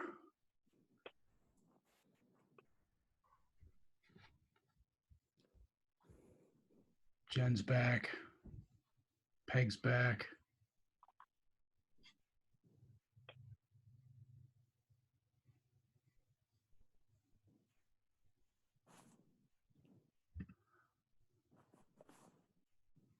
No Michael yet, but let's press on. Next on the agenda is our budget assumptions for the year. Go ahead. Yep. Just a real quick point is, again, Mr. Daniels, you highlighted this. This is, the plan is a draft plan. We definitely will incorporate feedback, and I will be following up with the board for sure. So just a high level, as you know, as a board, we are constantly trying to update the budget assumptions. And we felt it was prudent to do that in the month of July, given that we had made some modifications. I'm just going to highlight them briefly, and then I'm going to pass it over to Pam. What we've tried to do is outline what were allowable expenditures in our CARES Act funds, which were provided to the district as a result of the pandemic, limited in scope in terms of what we could spend the money on. In summary, so you're going to see that as an expenditure on line 49. And then we had to account for whether we do a full remote option or a blended option. We need to account for technology devices for students in pre-K2. And then kudos to the teaching and learning department as well as the tech department. They identified cost savings in the form of transitioning TA positions into Title I grant. That's line 36. You've got TOSA position we eliminated, and then a social studies coordinator position. In total, we're still in a very positive budget position. And so at this point, I'll pass it over to Pam to maybe button this up, and then we'll pass it off to the board to see if you have any questions. Absolutely, thank you. So a couple of areas that, as we look at the expenditures, we know that the tentative budget will reflect those. For example, the increases in insurance and some of the other areas that we've seen. We've planned for those in the tentative budget. As we look at some of the revenue on this budget assumption, there's a couple of areas that we know there'll be additional revenue sources. For example, the Capital One credit card, we're getting some nice rebates on those utilities that we use every month at 2%, which is great for us. So that'll be reflected not only in the tentative budget, but also in the next budget assumption update. So thank you for your support, and we'll keep you updated as we receive information. Have we actually received the money from the CARES Act? Not in its entirety yet. Okay. But Mr. Daniels, we definitely had the grant approved as per the guidelines. So we have the money. It's going to get dispersed, but it's been approved. So that's good news.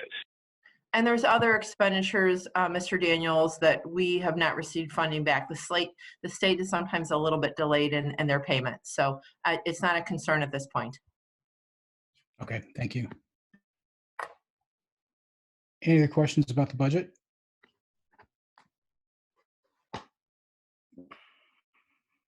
Okay, Dr. Lamping, you want to talk about the long-range facility plan? I think the memo is pretty self-explanatory. Yes, but if you want I to don't make think. a comment.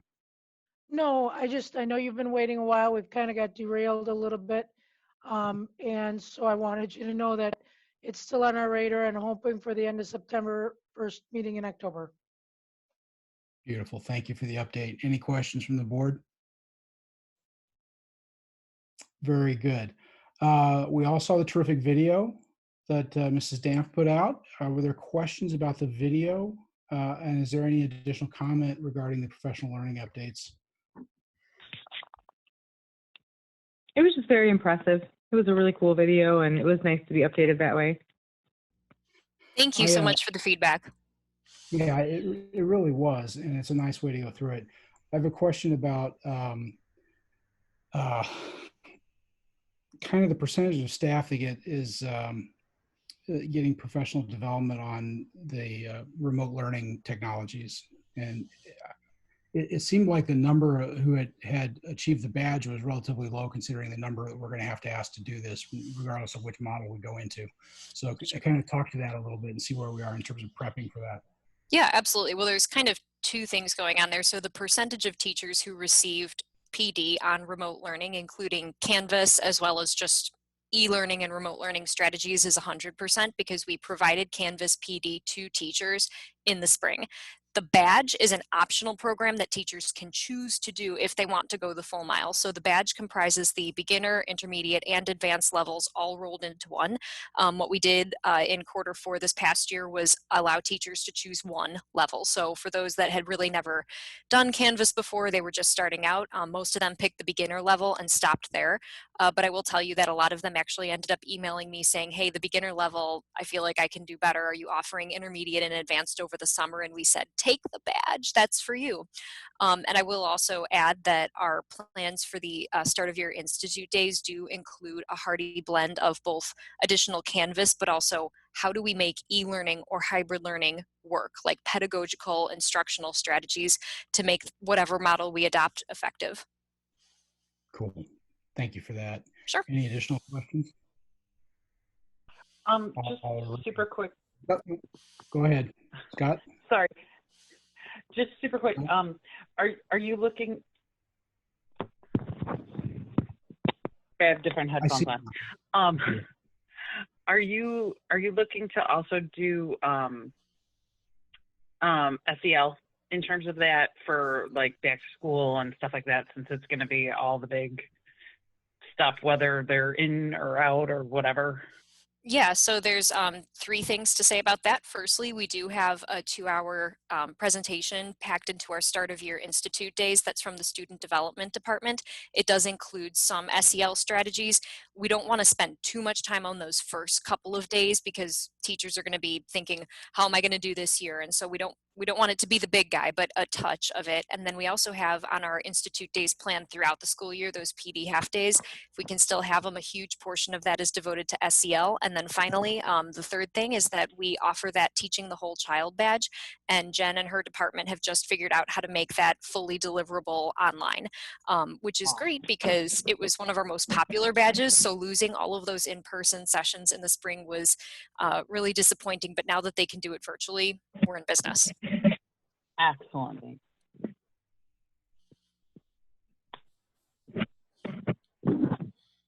other questions? Awesome. And thanks again for putting that video together. It was really helpful. Thank you. Next on our agenda comes the discipline summary. There was, I'll just open it up to the board, or Eric, if you have any comments you want to throw out there based on what was in the packet. But I think the biggest thing is that, especially at the high school, we saw 10% reduction in the students who were referred to Goal 2, and then a 43% reduction in suspensions going into February, which was very good. So beyond that, I'm happy to answer any questions. Were those numbers adjusted for the shorter time period, or was it versus the full year? Those numbers were within the time frame. So August 15th of 19 through January 31st of 20. Thank you. Any additional questions? All right, where are we? That takes us to contracts. There were none, at least in the version I downloaded. So we'll go from contracts to FOIA. Are there any questions about the FOIA request? It was pretty straightforward. Any questions about that from the board? Cool beans. All right, Dr. Kivens, you have the next 3 items, the liability medical insurance rates and then the organic life presentations. Absolutely. So the liability insurance rates, we knew, when I say we, I'm saying all members of the cooperative, of the CLIC cooperative, that there were going to be increase in rates, not only because of just changes in our economy, but also because of some of the claims that we as districts have experienced. So as we look at our changes, I've listed those in my board memo. The biggest area that we're hitting there is that property casualty student accident at 15%, pollution liability at 22% increase. But we did see a decrease in the workman's compensation, which is really a credit to our staff and to all the great things that we're doing as a district. We've accounted for these in our tentative budget. However, as I said in an overarching statement at the Finance Committee meeting, we will continue to monitor what these prices are. We're not opposed to looking at other vendors or other opportunities to insure our district, but right now the CLIC Cooperative is the best service for the needs of our district, being the size that we are and what our structure is. So my recommendation is that we continue with this renewal with the caveat that I will continue to monitor what those rates are. Transitioning to the medical insurance rates, we did see an increase on the PPO health plans as well as the HMO, with no change on the dental plans for either PPO or HMO. That is a benefit that our staff utilizes, and that is certainly something, as we've heard tonight, the safety and the well-being of our staff. We want to make sure that we keep them with those resources to make sure them and their families are safe. Any questions about insurance before I transition to organic life? Not really a question, but I know I spoke with Dr. Lamping earlier today. Just it'd be a preference of mine if we can engage the insurance committee on an annual basis, just to be able to talk about this before it comes up to the board. Just almost like how everything's vet through the finance committee on the finance side. Even if we have no choice about it, we still, I think it would be better if we can run that through the insurance committee, just to have all those different parties talking about it on an annual basis. Thank you. Yes, absolutely, not a problem. We will certainly make note of that for the future. My apologies. We will do a better job of that. And just a reminder, as we talk about insurance a little bit, just to button it up, our deductibles are rather low for a district of our size, and that has an impact on our expense. And so some of the situations that we've had a $2,500 deductible, which is really a low area for districts. Certainly the higher the deductible, our rates would decrease. So we can monitor that, and that might be a good conversation at the insurance committee level as well. As we transition to organic life presentations, one of my first board meetings last year, I heard very clearly that the board wanted to hear a little bit more about food service. And so I've put this in here as a placeholder to give you updates on the food presentation and what we are doing. And I've modeled it after what we did this past year. If there's adjustments to that or something you'd like to see differently, I'd be happy to accommodate, as directed.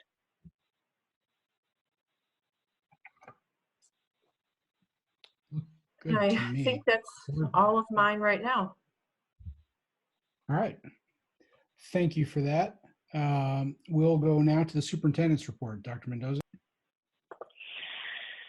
Yeah, the district continues to distribute grab and go meals for our students and families. As of last Thursday of the program, 262,786 meals had been distributed. It's just incredible. Additionally, fresh produce boxes and gallons of milk continue to be provided weekly through the USD Farm to Table grant. We're grateful for the effort that has been put into providing our families with healthy meals throughout the COVID-19 closures and into the summer months. The Illinois Department of Health and Lake County Health Department will be hosting several COVID-19 outdoor drive-through testing site events, across Lake County this week.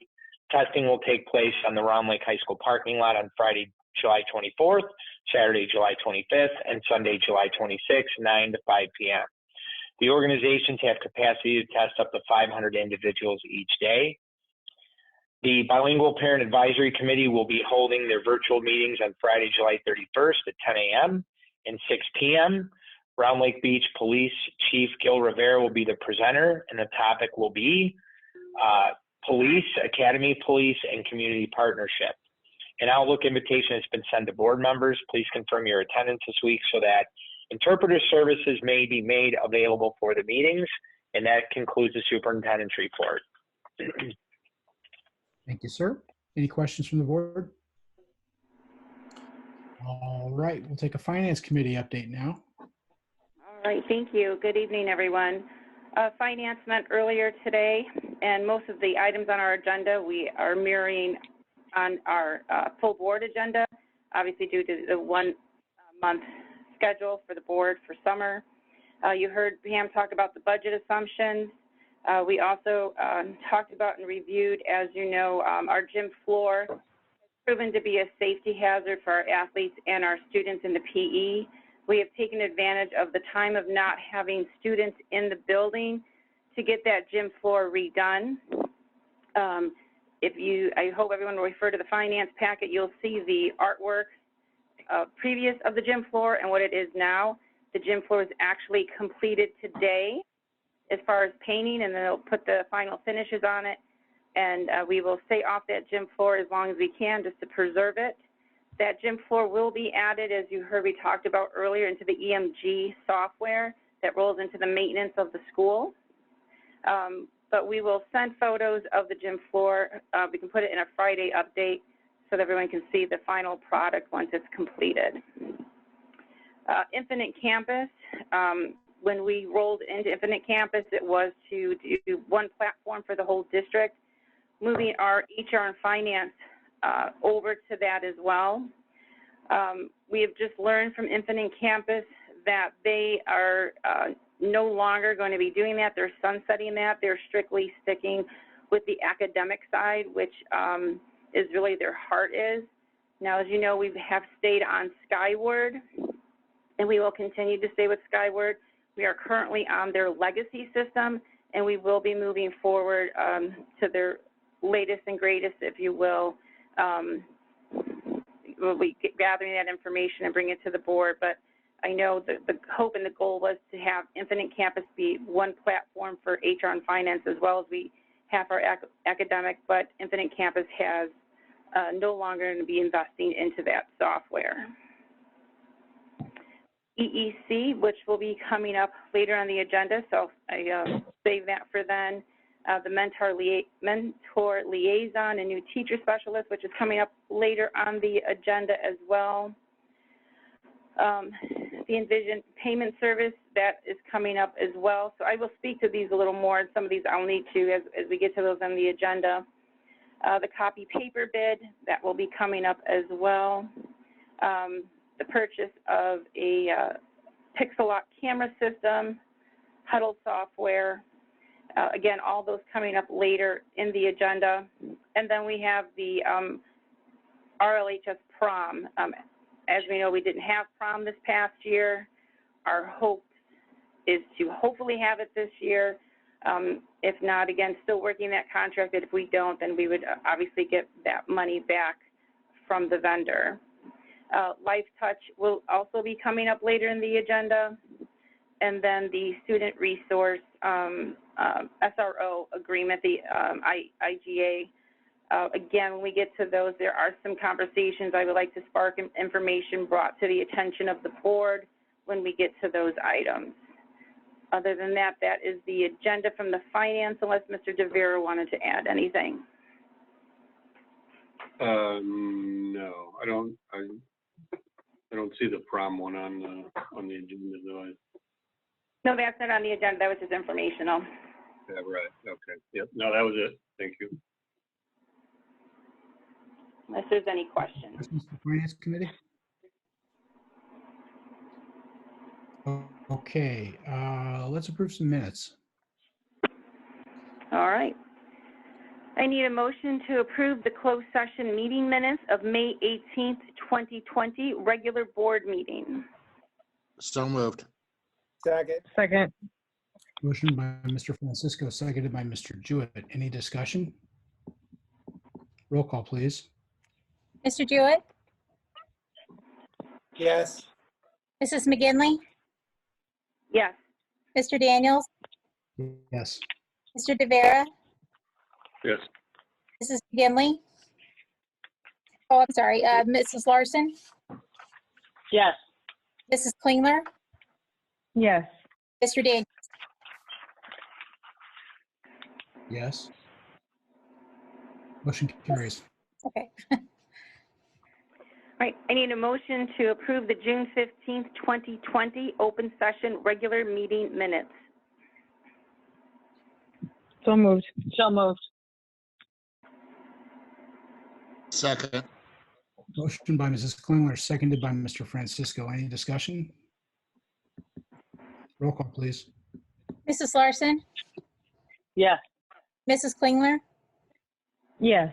Mr. Francisco, Yes. Mr. De Vera, Yes. Mr. Daniels, Yes. Mr. Jewett, Yes. Mrs. McGinley, Yes. Motion carries. Right, I need a motion to approve the consent agenda for the employment report as listed, the accounts payable report for $1,054,478.22 for June 30th, 2020, $1,693,304.61 for July 2020, $43,913.13 for IHC construction, the previous motions report for $319,942.03, the treasurer's report for month ending June 30th, 2020. And before anybody makes the motion, I just wanted to call to the board's attention the accounts payable report for the $43,913.13 for IHC construction. That is a partial payment. So moved. Second. Motion by Mr. Francisco, seconded by Mrs. Klingler. Any discussion? Roll call, please. Mrs. McGinley, Yes.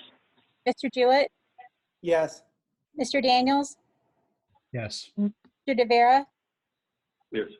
Mrs. Larson, Yes. Mrs. Klingler, Yes. Mr. Francisco, Yes. And the motion carries, which brings us to the introduction of administrators.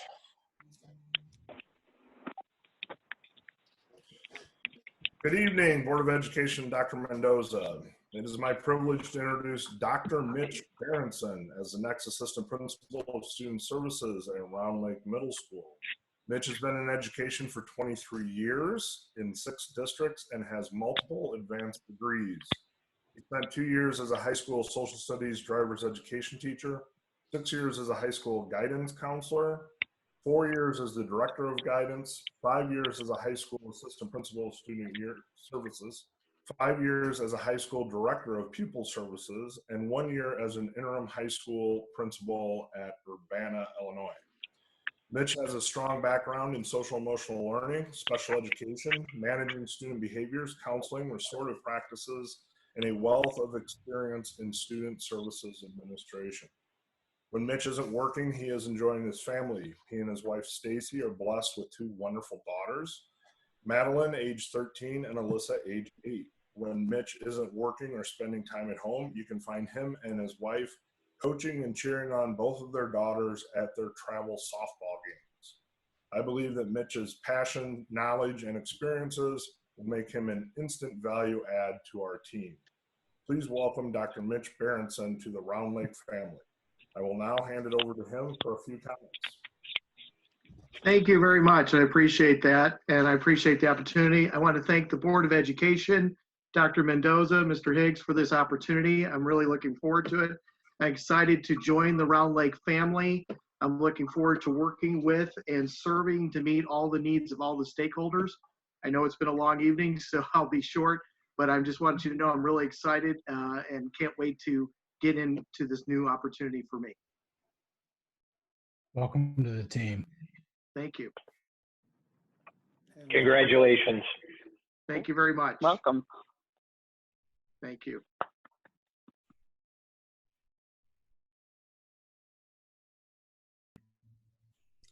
Do we have another, or is that, are we ready for new business? I'm going to say new business. Okay, thank you very much. Thank you.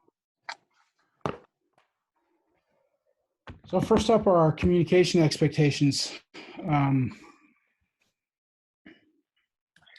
we review this from time to time. Dr. Mendoza, did you want to lead us through this? Yeah, just typically, as is customary since I've started, I think in July or August, we bring these to you for review. And last year there was a slight modification. So I'm not asking for formal action tonight. I plan on bringing this back to the August meeting, but wanted to get this out in front of you. And I think communication is key to our interaction and relationship. I want to make sure I'm meeting your expectations with that, and certainly I appreciate having access to you. So if there's any changes, I respectfully ask the board to work that through Mr. Daniels, and then we can make those changes, discuss it, and bring it back to the August meeting. So. Yeah, we normally go through this during our professional development with IASB, but it's been a little hanky lately. So I think we've done this enough times as a board. We can go through it with Don in this way and lock it down in August. So if you guys have any suggestions, shoot them my way between now and the next meeting. Thank you, sir. Next up is the first reading of the board policy. You see in your memo, we have 6 policies to review as part of this issue from press. It's outlined in the memo for minor and any changes of note. Any questions specific to those 6 policies this evening? I'm good, thanks. Same. This will come back in the August meeting. Yes. Thank you for that. Thank you. Next up is the purchase of the Pixelot system. I'll let Ms. Moran go ahead and give you the overview on that. Sounds good. The request here is for an unmanned panoramic camera system that will allow us to live stream athletic events as well as other school events to our public. The request is for a 5-year lease. There are no recurring costs to the district. There is a subscription cost to the end user to use this platform to watch our games. Currently, the promotion is that we do not pay for the camera system. We just pay for installation for both of them. And at this time, I would like to request that we purchase this camera system for our school. The cameras would go in the main gym. One would be in the main gym and one would be in the stadium. Yeah, just to point out, when the Finance Committee reviewed the contract for Pixelot, we did notice, and Pam will work with, our net pay is 60, they have 30. So Pam assured me she will get that corrected so that we pay with the district terms. Standard district terms are net 30 and their contract says net, standard district terms are net 60 and they say net 30. Correct. Thank you. Thank you. Any other questions about that, Michael? I think you had some questions before. Did that get answered for you? Yeah, I got a lot of answers in finance in regards to it, so thank you for that. Again, just to re-clarify, the $4,000 would be a one-time charge, and we would not have a recurring payment thereafter, correct? Correct. There is no recurring cost to the district. And then also what I did here in finance is that any events that we do inside of the stadium or the gym that we wanted, that were quote unquote school events, we would be able to live stream those at no cost to the people watching. Correct. We have the option to make them pay part of the subscription package, meaning if we wanted to increase, generate revenue for whatever reason, we could, but they would default to no cost. Thank you. I guess it's good to mention that the cost is $690 or $1099 a month, or $69.99 for the year. Correct. And I will also, I mentioned this in the Finance Committee, but it's good for everyone to hear that does allow access to anyone who uses the NFHS network to stream their games. It allows access to any school that does that. And a lot of the NLCC schools are moving in this direction, given our current circumstances.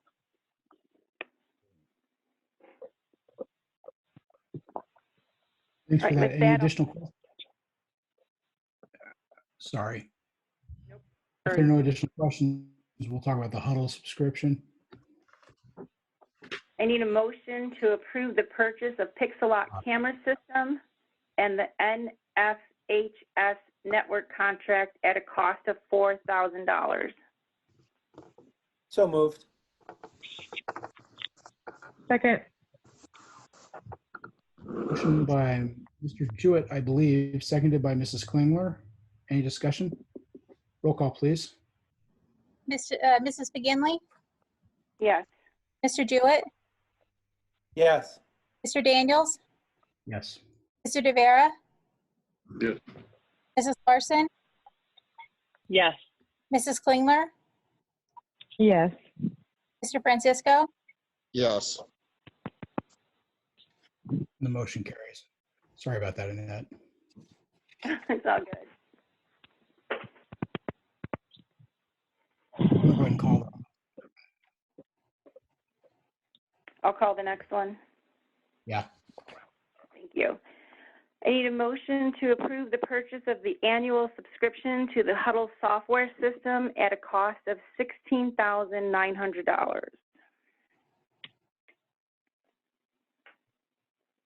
So moved. Second. Motion by Mr. De Vera, seconded, I think, by Mr. Jewett. Any discussion? Roll call, Yeah. please. Okay. Mrs. Klingler, Yes. Mr. Francisco, No.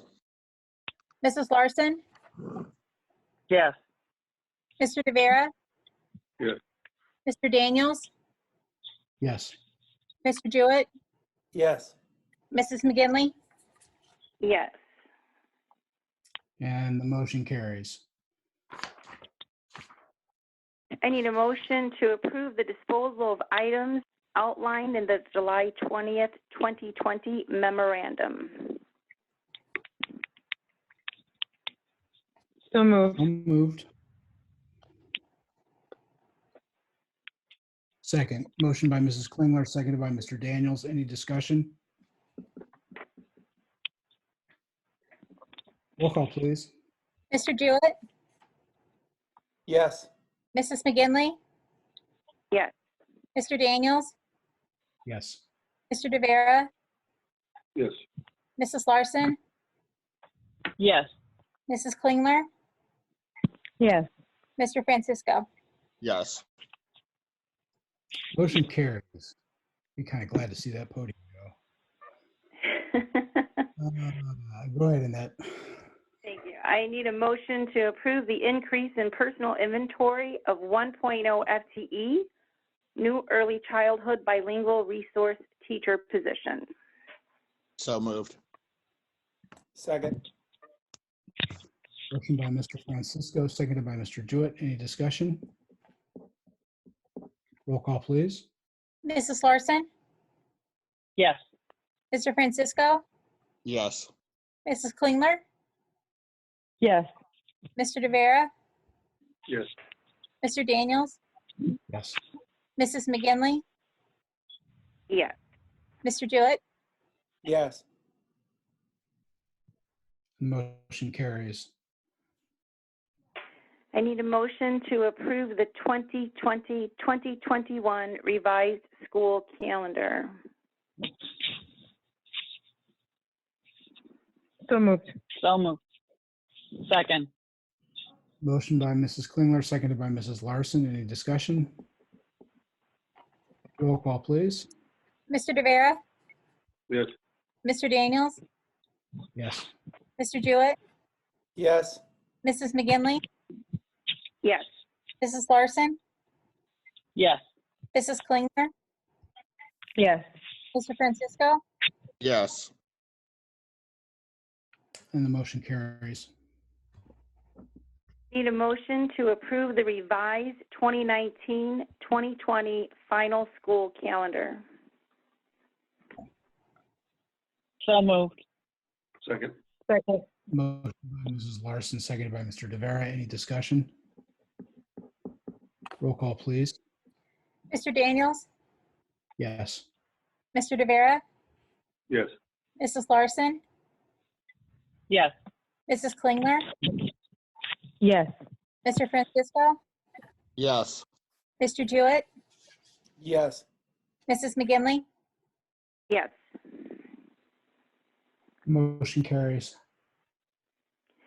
I need a motion to approve the decrease in personnel inventory of 0.5 FTE elementary mentor liaison position and decrease personal inventory of 0.5 FTE secondary mentor liaison position and an increase in 1.0 FTE new teacher support specialist position. So moved. Second. Motion by Mr. Francisco, seconded by Mr. Jewett. Any discussion? Roll call, please. Mrs. Klingler, Yes. Mr. Francisco, Yes. Mrs. Larson, Yes. Mr. De Vera, Yes. Mr. Daniels, Yes. Mrs. McGinley, Yes. Mr. Jewett, Yes. Motion carries. Next on the agenda is the student resource officer. There is no motion here for the board. This is informational. I did want to point out that we did talk about this in the finance committee, and a couple of things have come out of that that also would like to help lead the board in a discussion on. The first thing in looking at the intergovernmental agreement, a couple questions that came up is in regards to how the SRO, and COVID, as you saw our plan that if that's the route we go, is will they be following those same outlines? As well, we want that confirmation from our police chief. Also, what would happen if that assigned SRO, again, were to contract COVID and the sub that comes in, all those protocols as well. And then we looked at the report from Mr. Apgar in regards to discipline. It is recorded when we have student discipline when an SRO is used. If we can start seeing that kind of data when they are used and are, apologize, my voice is getting a little crackly, is when they're used, if we can start seeing that in the discipline report.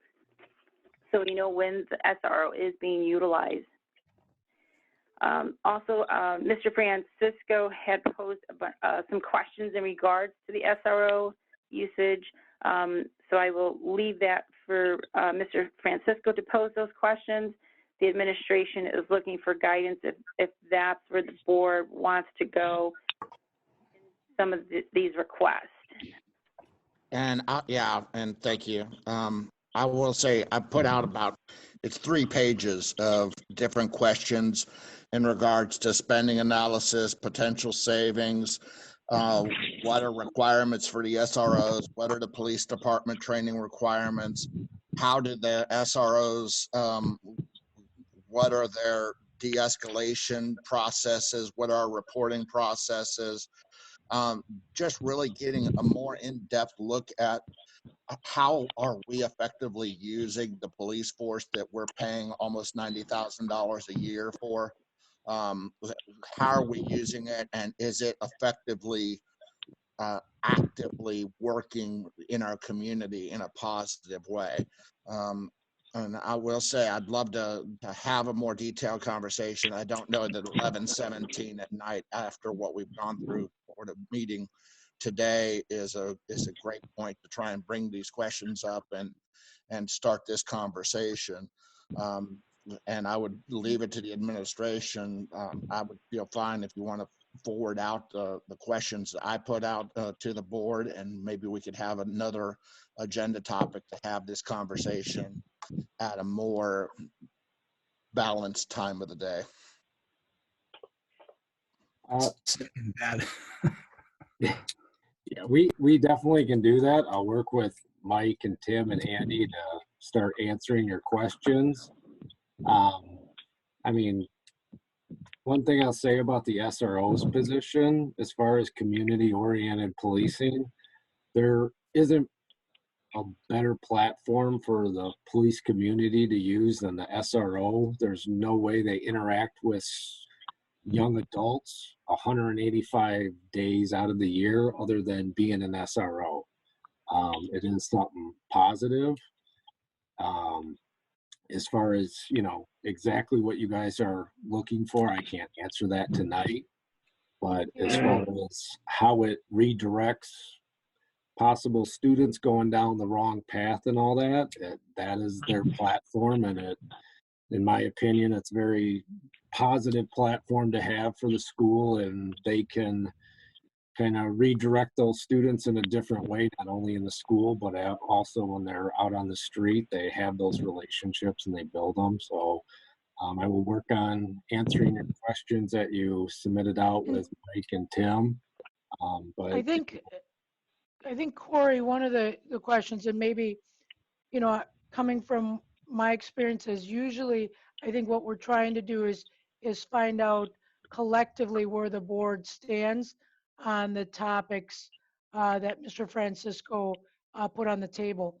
And so, you know, I think it would be okay. I don't know if Don has any feelings about that. If we could, you know. Well, here's going to be the key question, and this is, it's going to be really hard to dig into all those. I guess what I want to know from the board, and it's totally fine if you do you think some of the things that Mr. Francisco alluded to would preclude you from voting to support or extend the contract in August?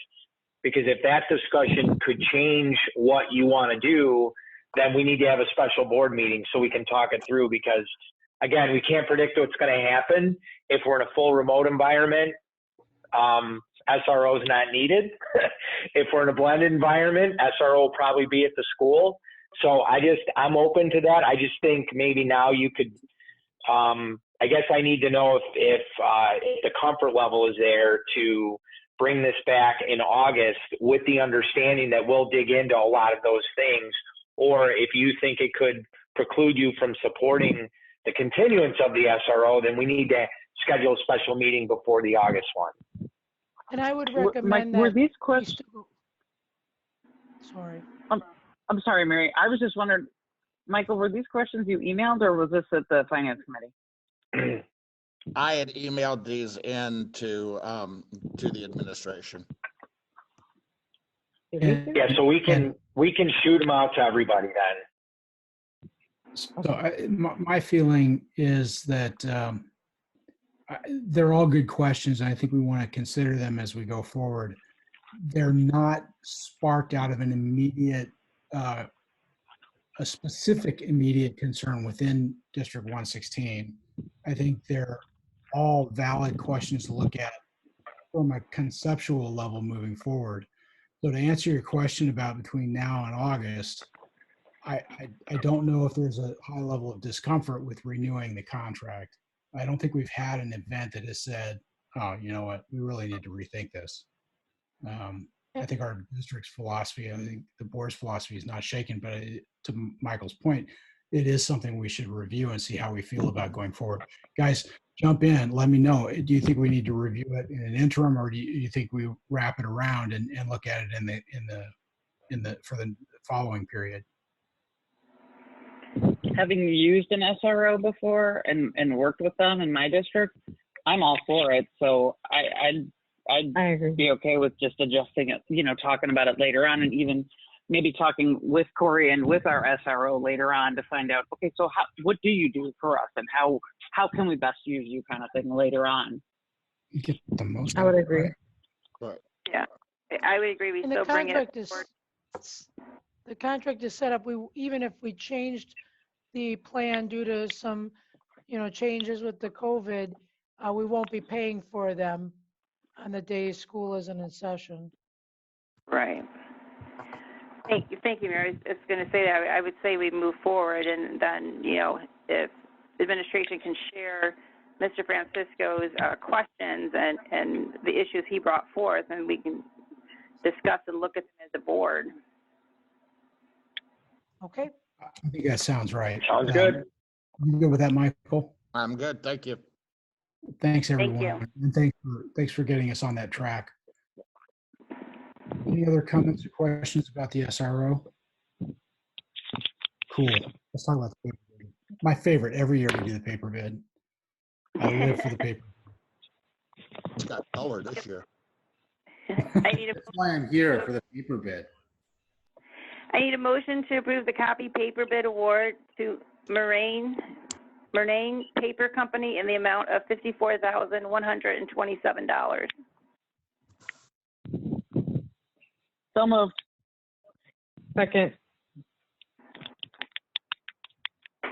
Okay, I think it was motioned by Mrs. Larson, seconded by Mrs. Klingler. Any discussion? Roll call. I was just going to say, Mr.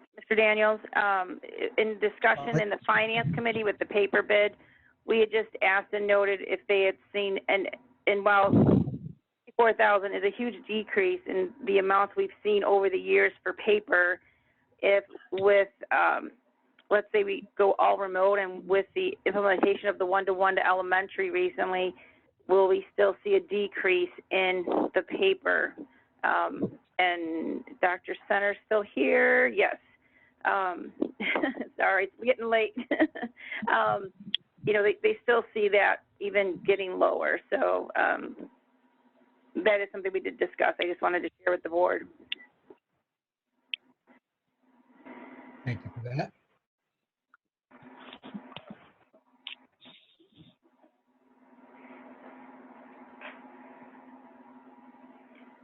I think the motion's on the table. I don't know if we had We have a motion and a second. Can I have a roll call, please? Second. Mr. Francisco? Yes. Mrs. Stickler? Yes. Mrs. Larson? Yes. Mr. DeVera? Yes. Mr. Daniel? Yes. Mr. Jewett? Yes. Mrs. McGinley? Yes. Motion carries. We get paper. Right, I need a motion to approve the Envision Payment Solutions Member Service Agreement. So moved. Second. Motion by Mr. DeVera, seconded by Mrs. Larson. Any discussion? Again, members of the board, we talked about this in the Finance Committee. I did bring and talk to Dr. Kibbins. The amendment on this agreement for Envision, it leaves the onus on the district to make sure that those checks, that when we're receiving them from parents or members of the community for what they're paying for, that we ask that it has their correct address and phone number, so that when trying to collect those funds. And so Dr. Gibbons said they will make sure they do housekeeping, making sure that when they're speaking with the secretaries, whoever's taking those payments, that we're asking those questions.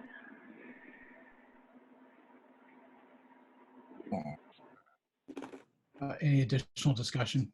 Any questions? Okay, roll call, please.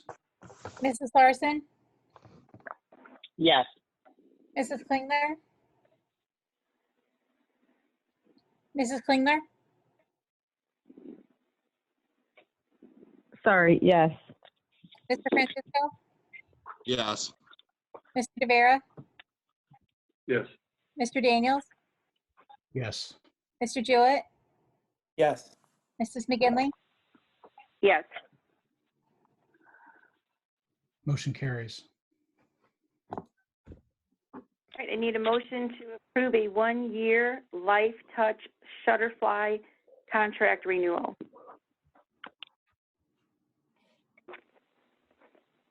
So moved. Second.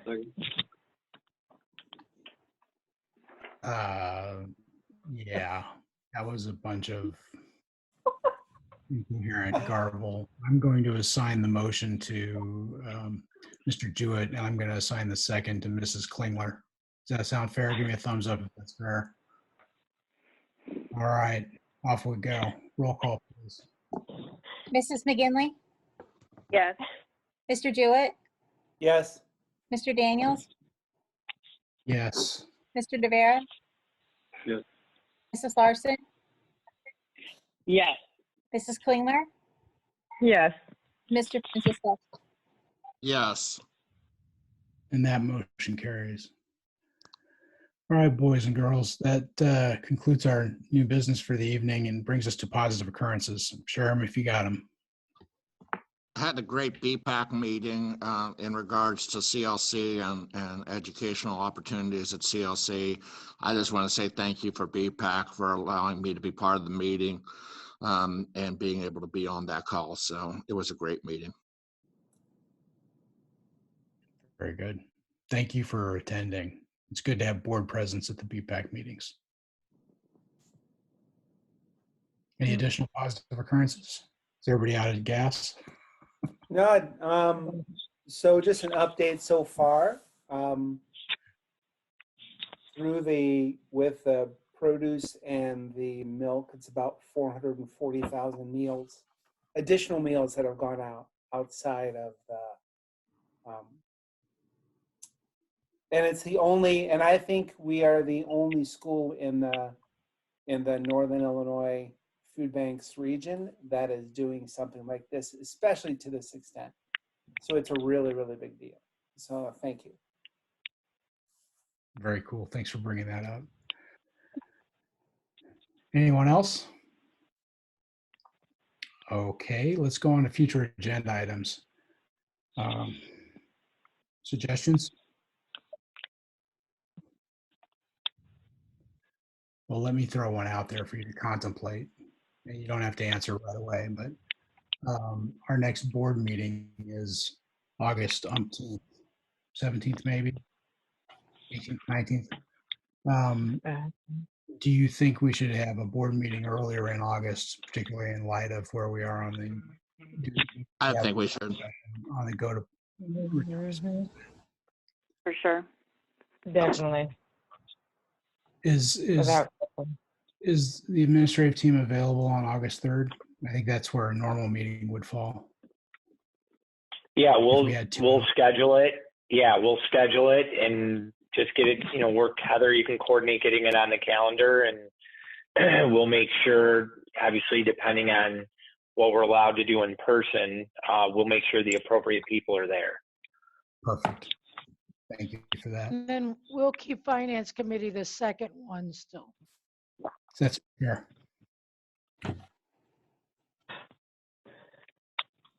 Any other future agenda items? Will that one be in person or virtual? We're going to check the guidance and see if we're able to have it in person. I would prefer to have it in person. Yeah, we're going to try. We tried to do July in person, but logistically we couldn't figure it out. So we're close. We just got to figure out some of the tech needs. We can talk to Dan. If it doesn't work, I'm just going to blame Dan. So that's fine. Me too. Or maybe we can blame the governor by then. Who knows? Sounds good, guys. I know who we can blame. Dan, it's all your fault. Guy in the people's house. Jolly good. Ladies and gentlemen, that kind of brings us, if there are no other future agenda items, that brings us to the end of our agenda for tonight. There is no closed session agenda.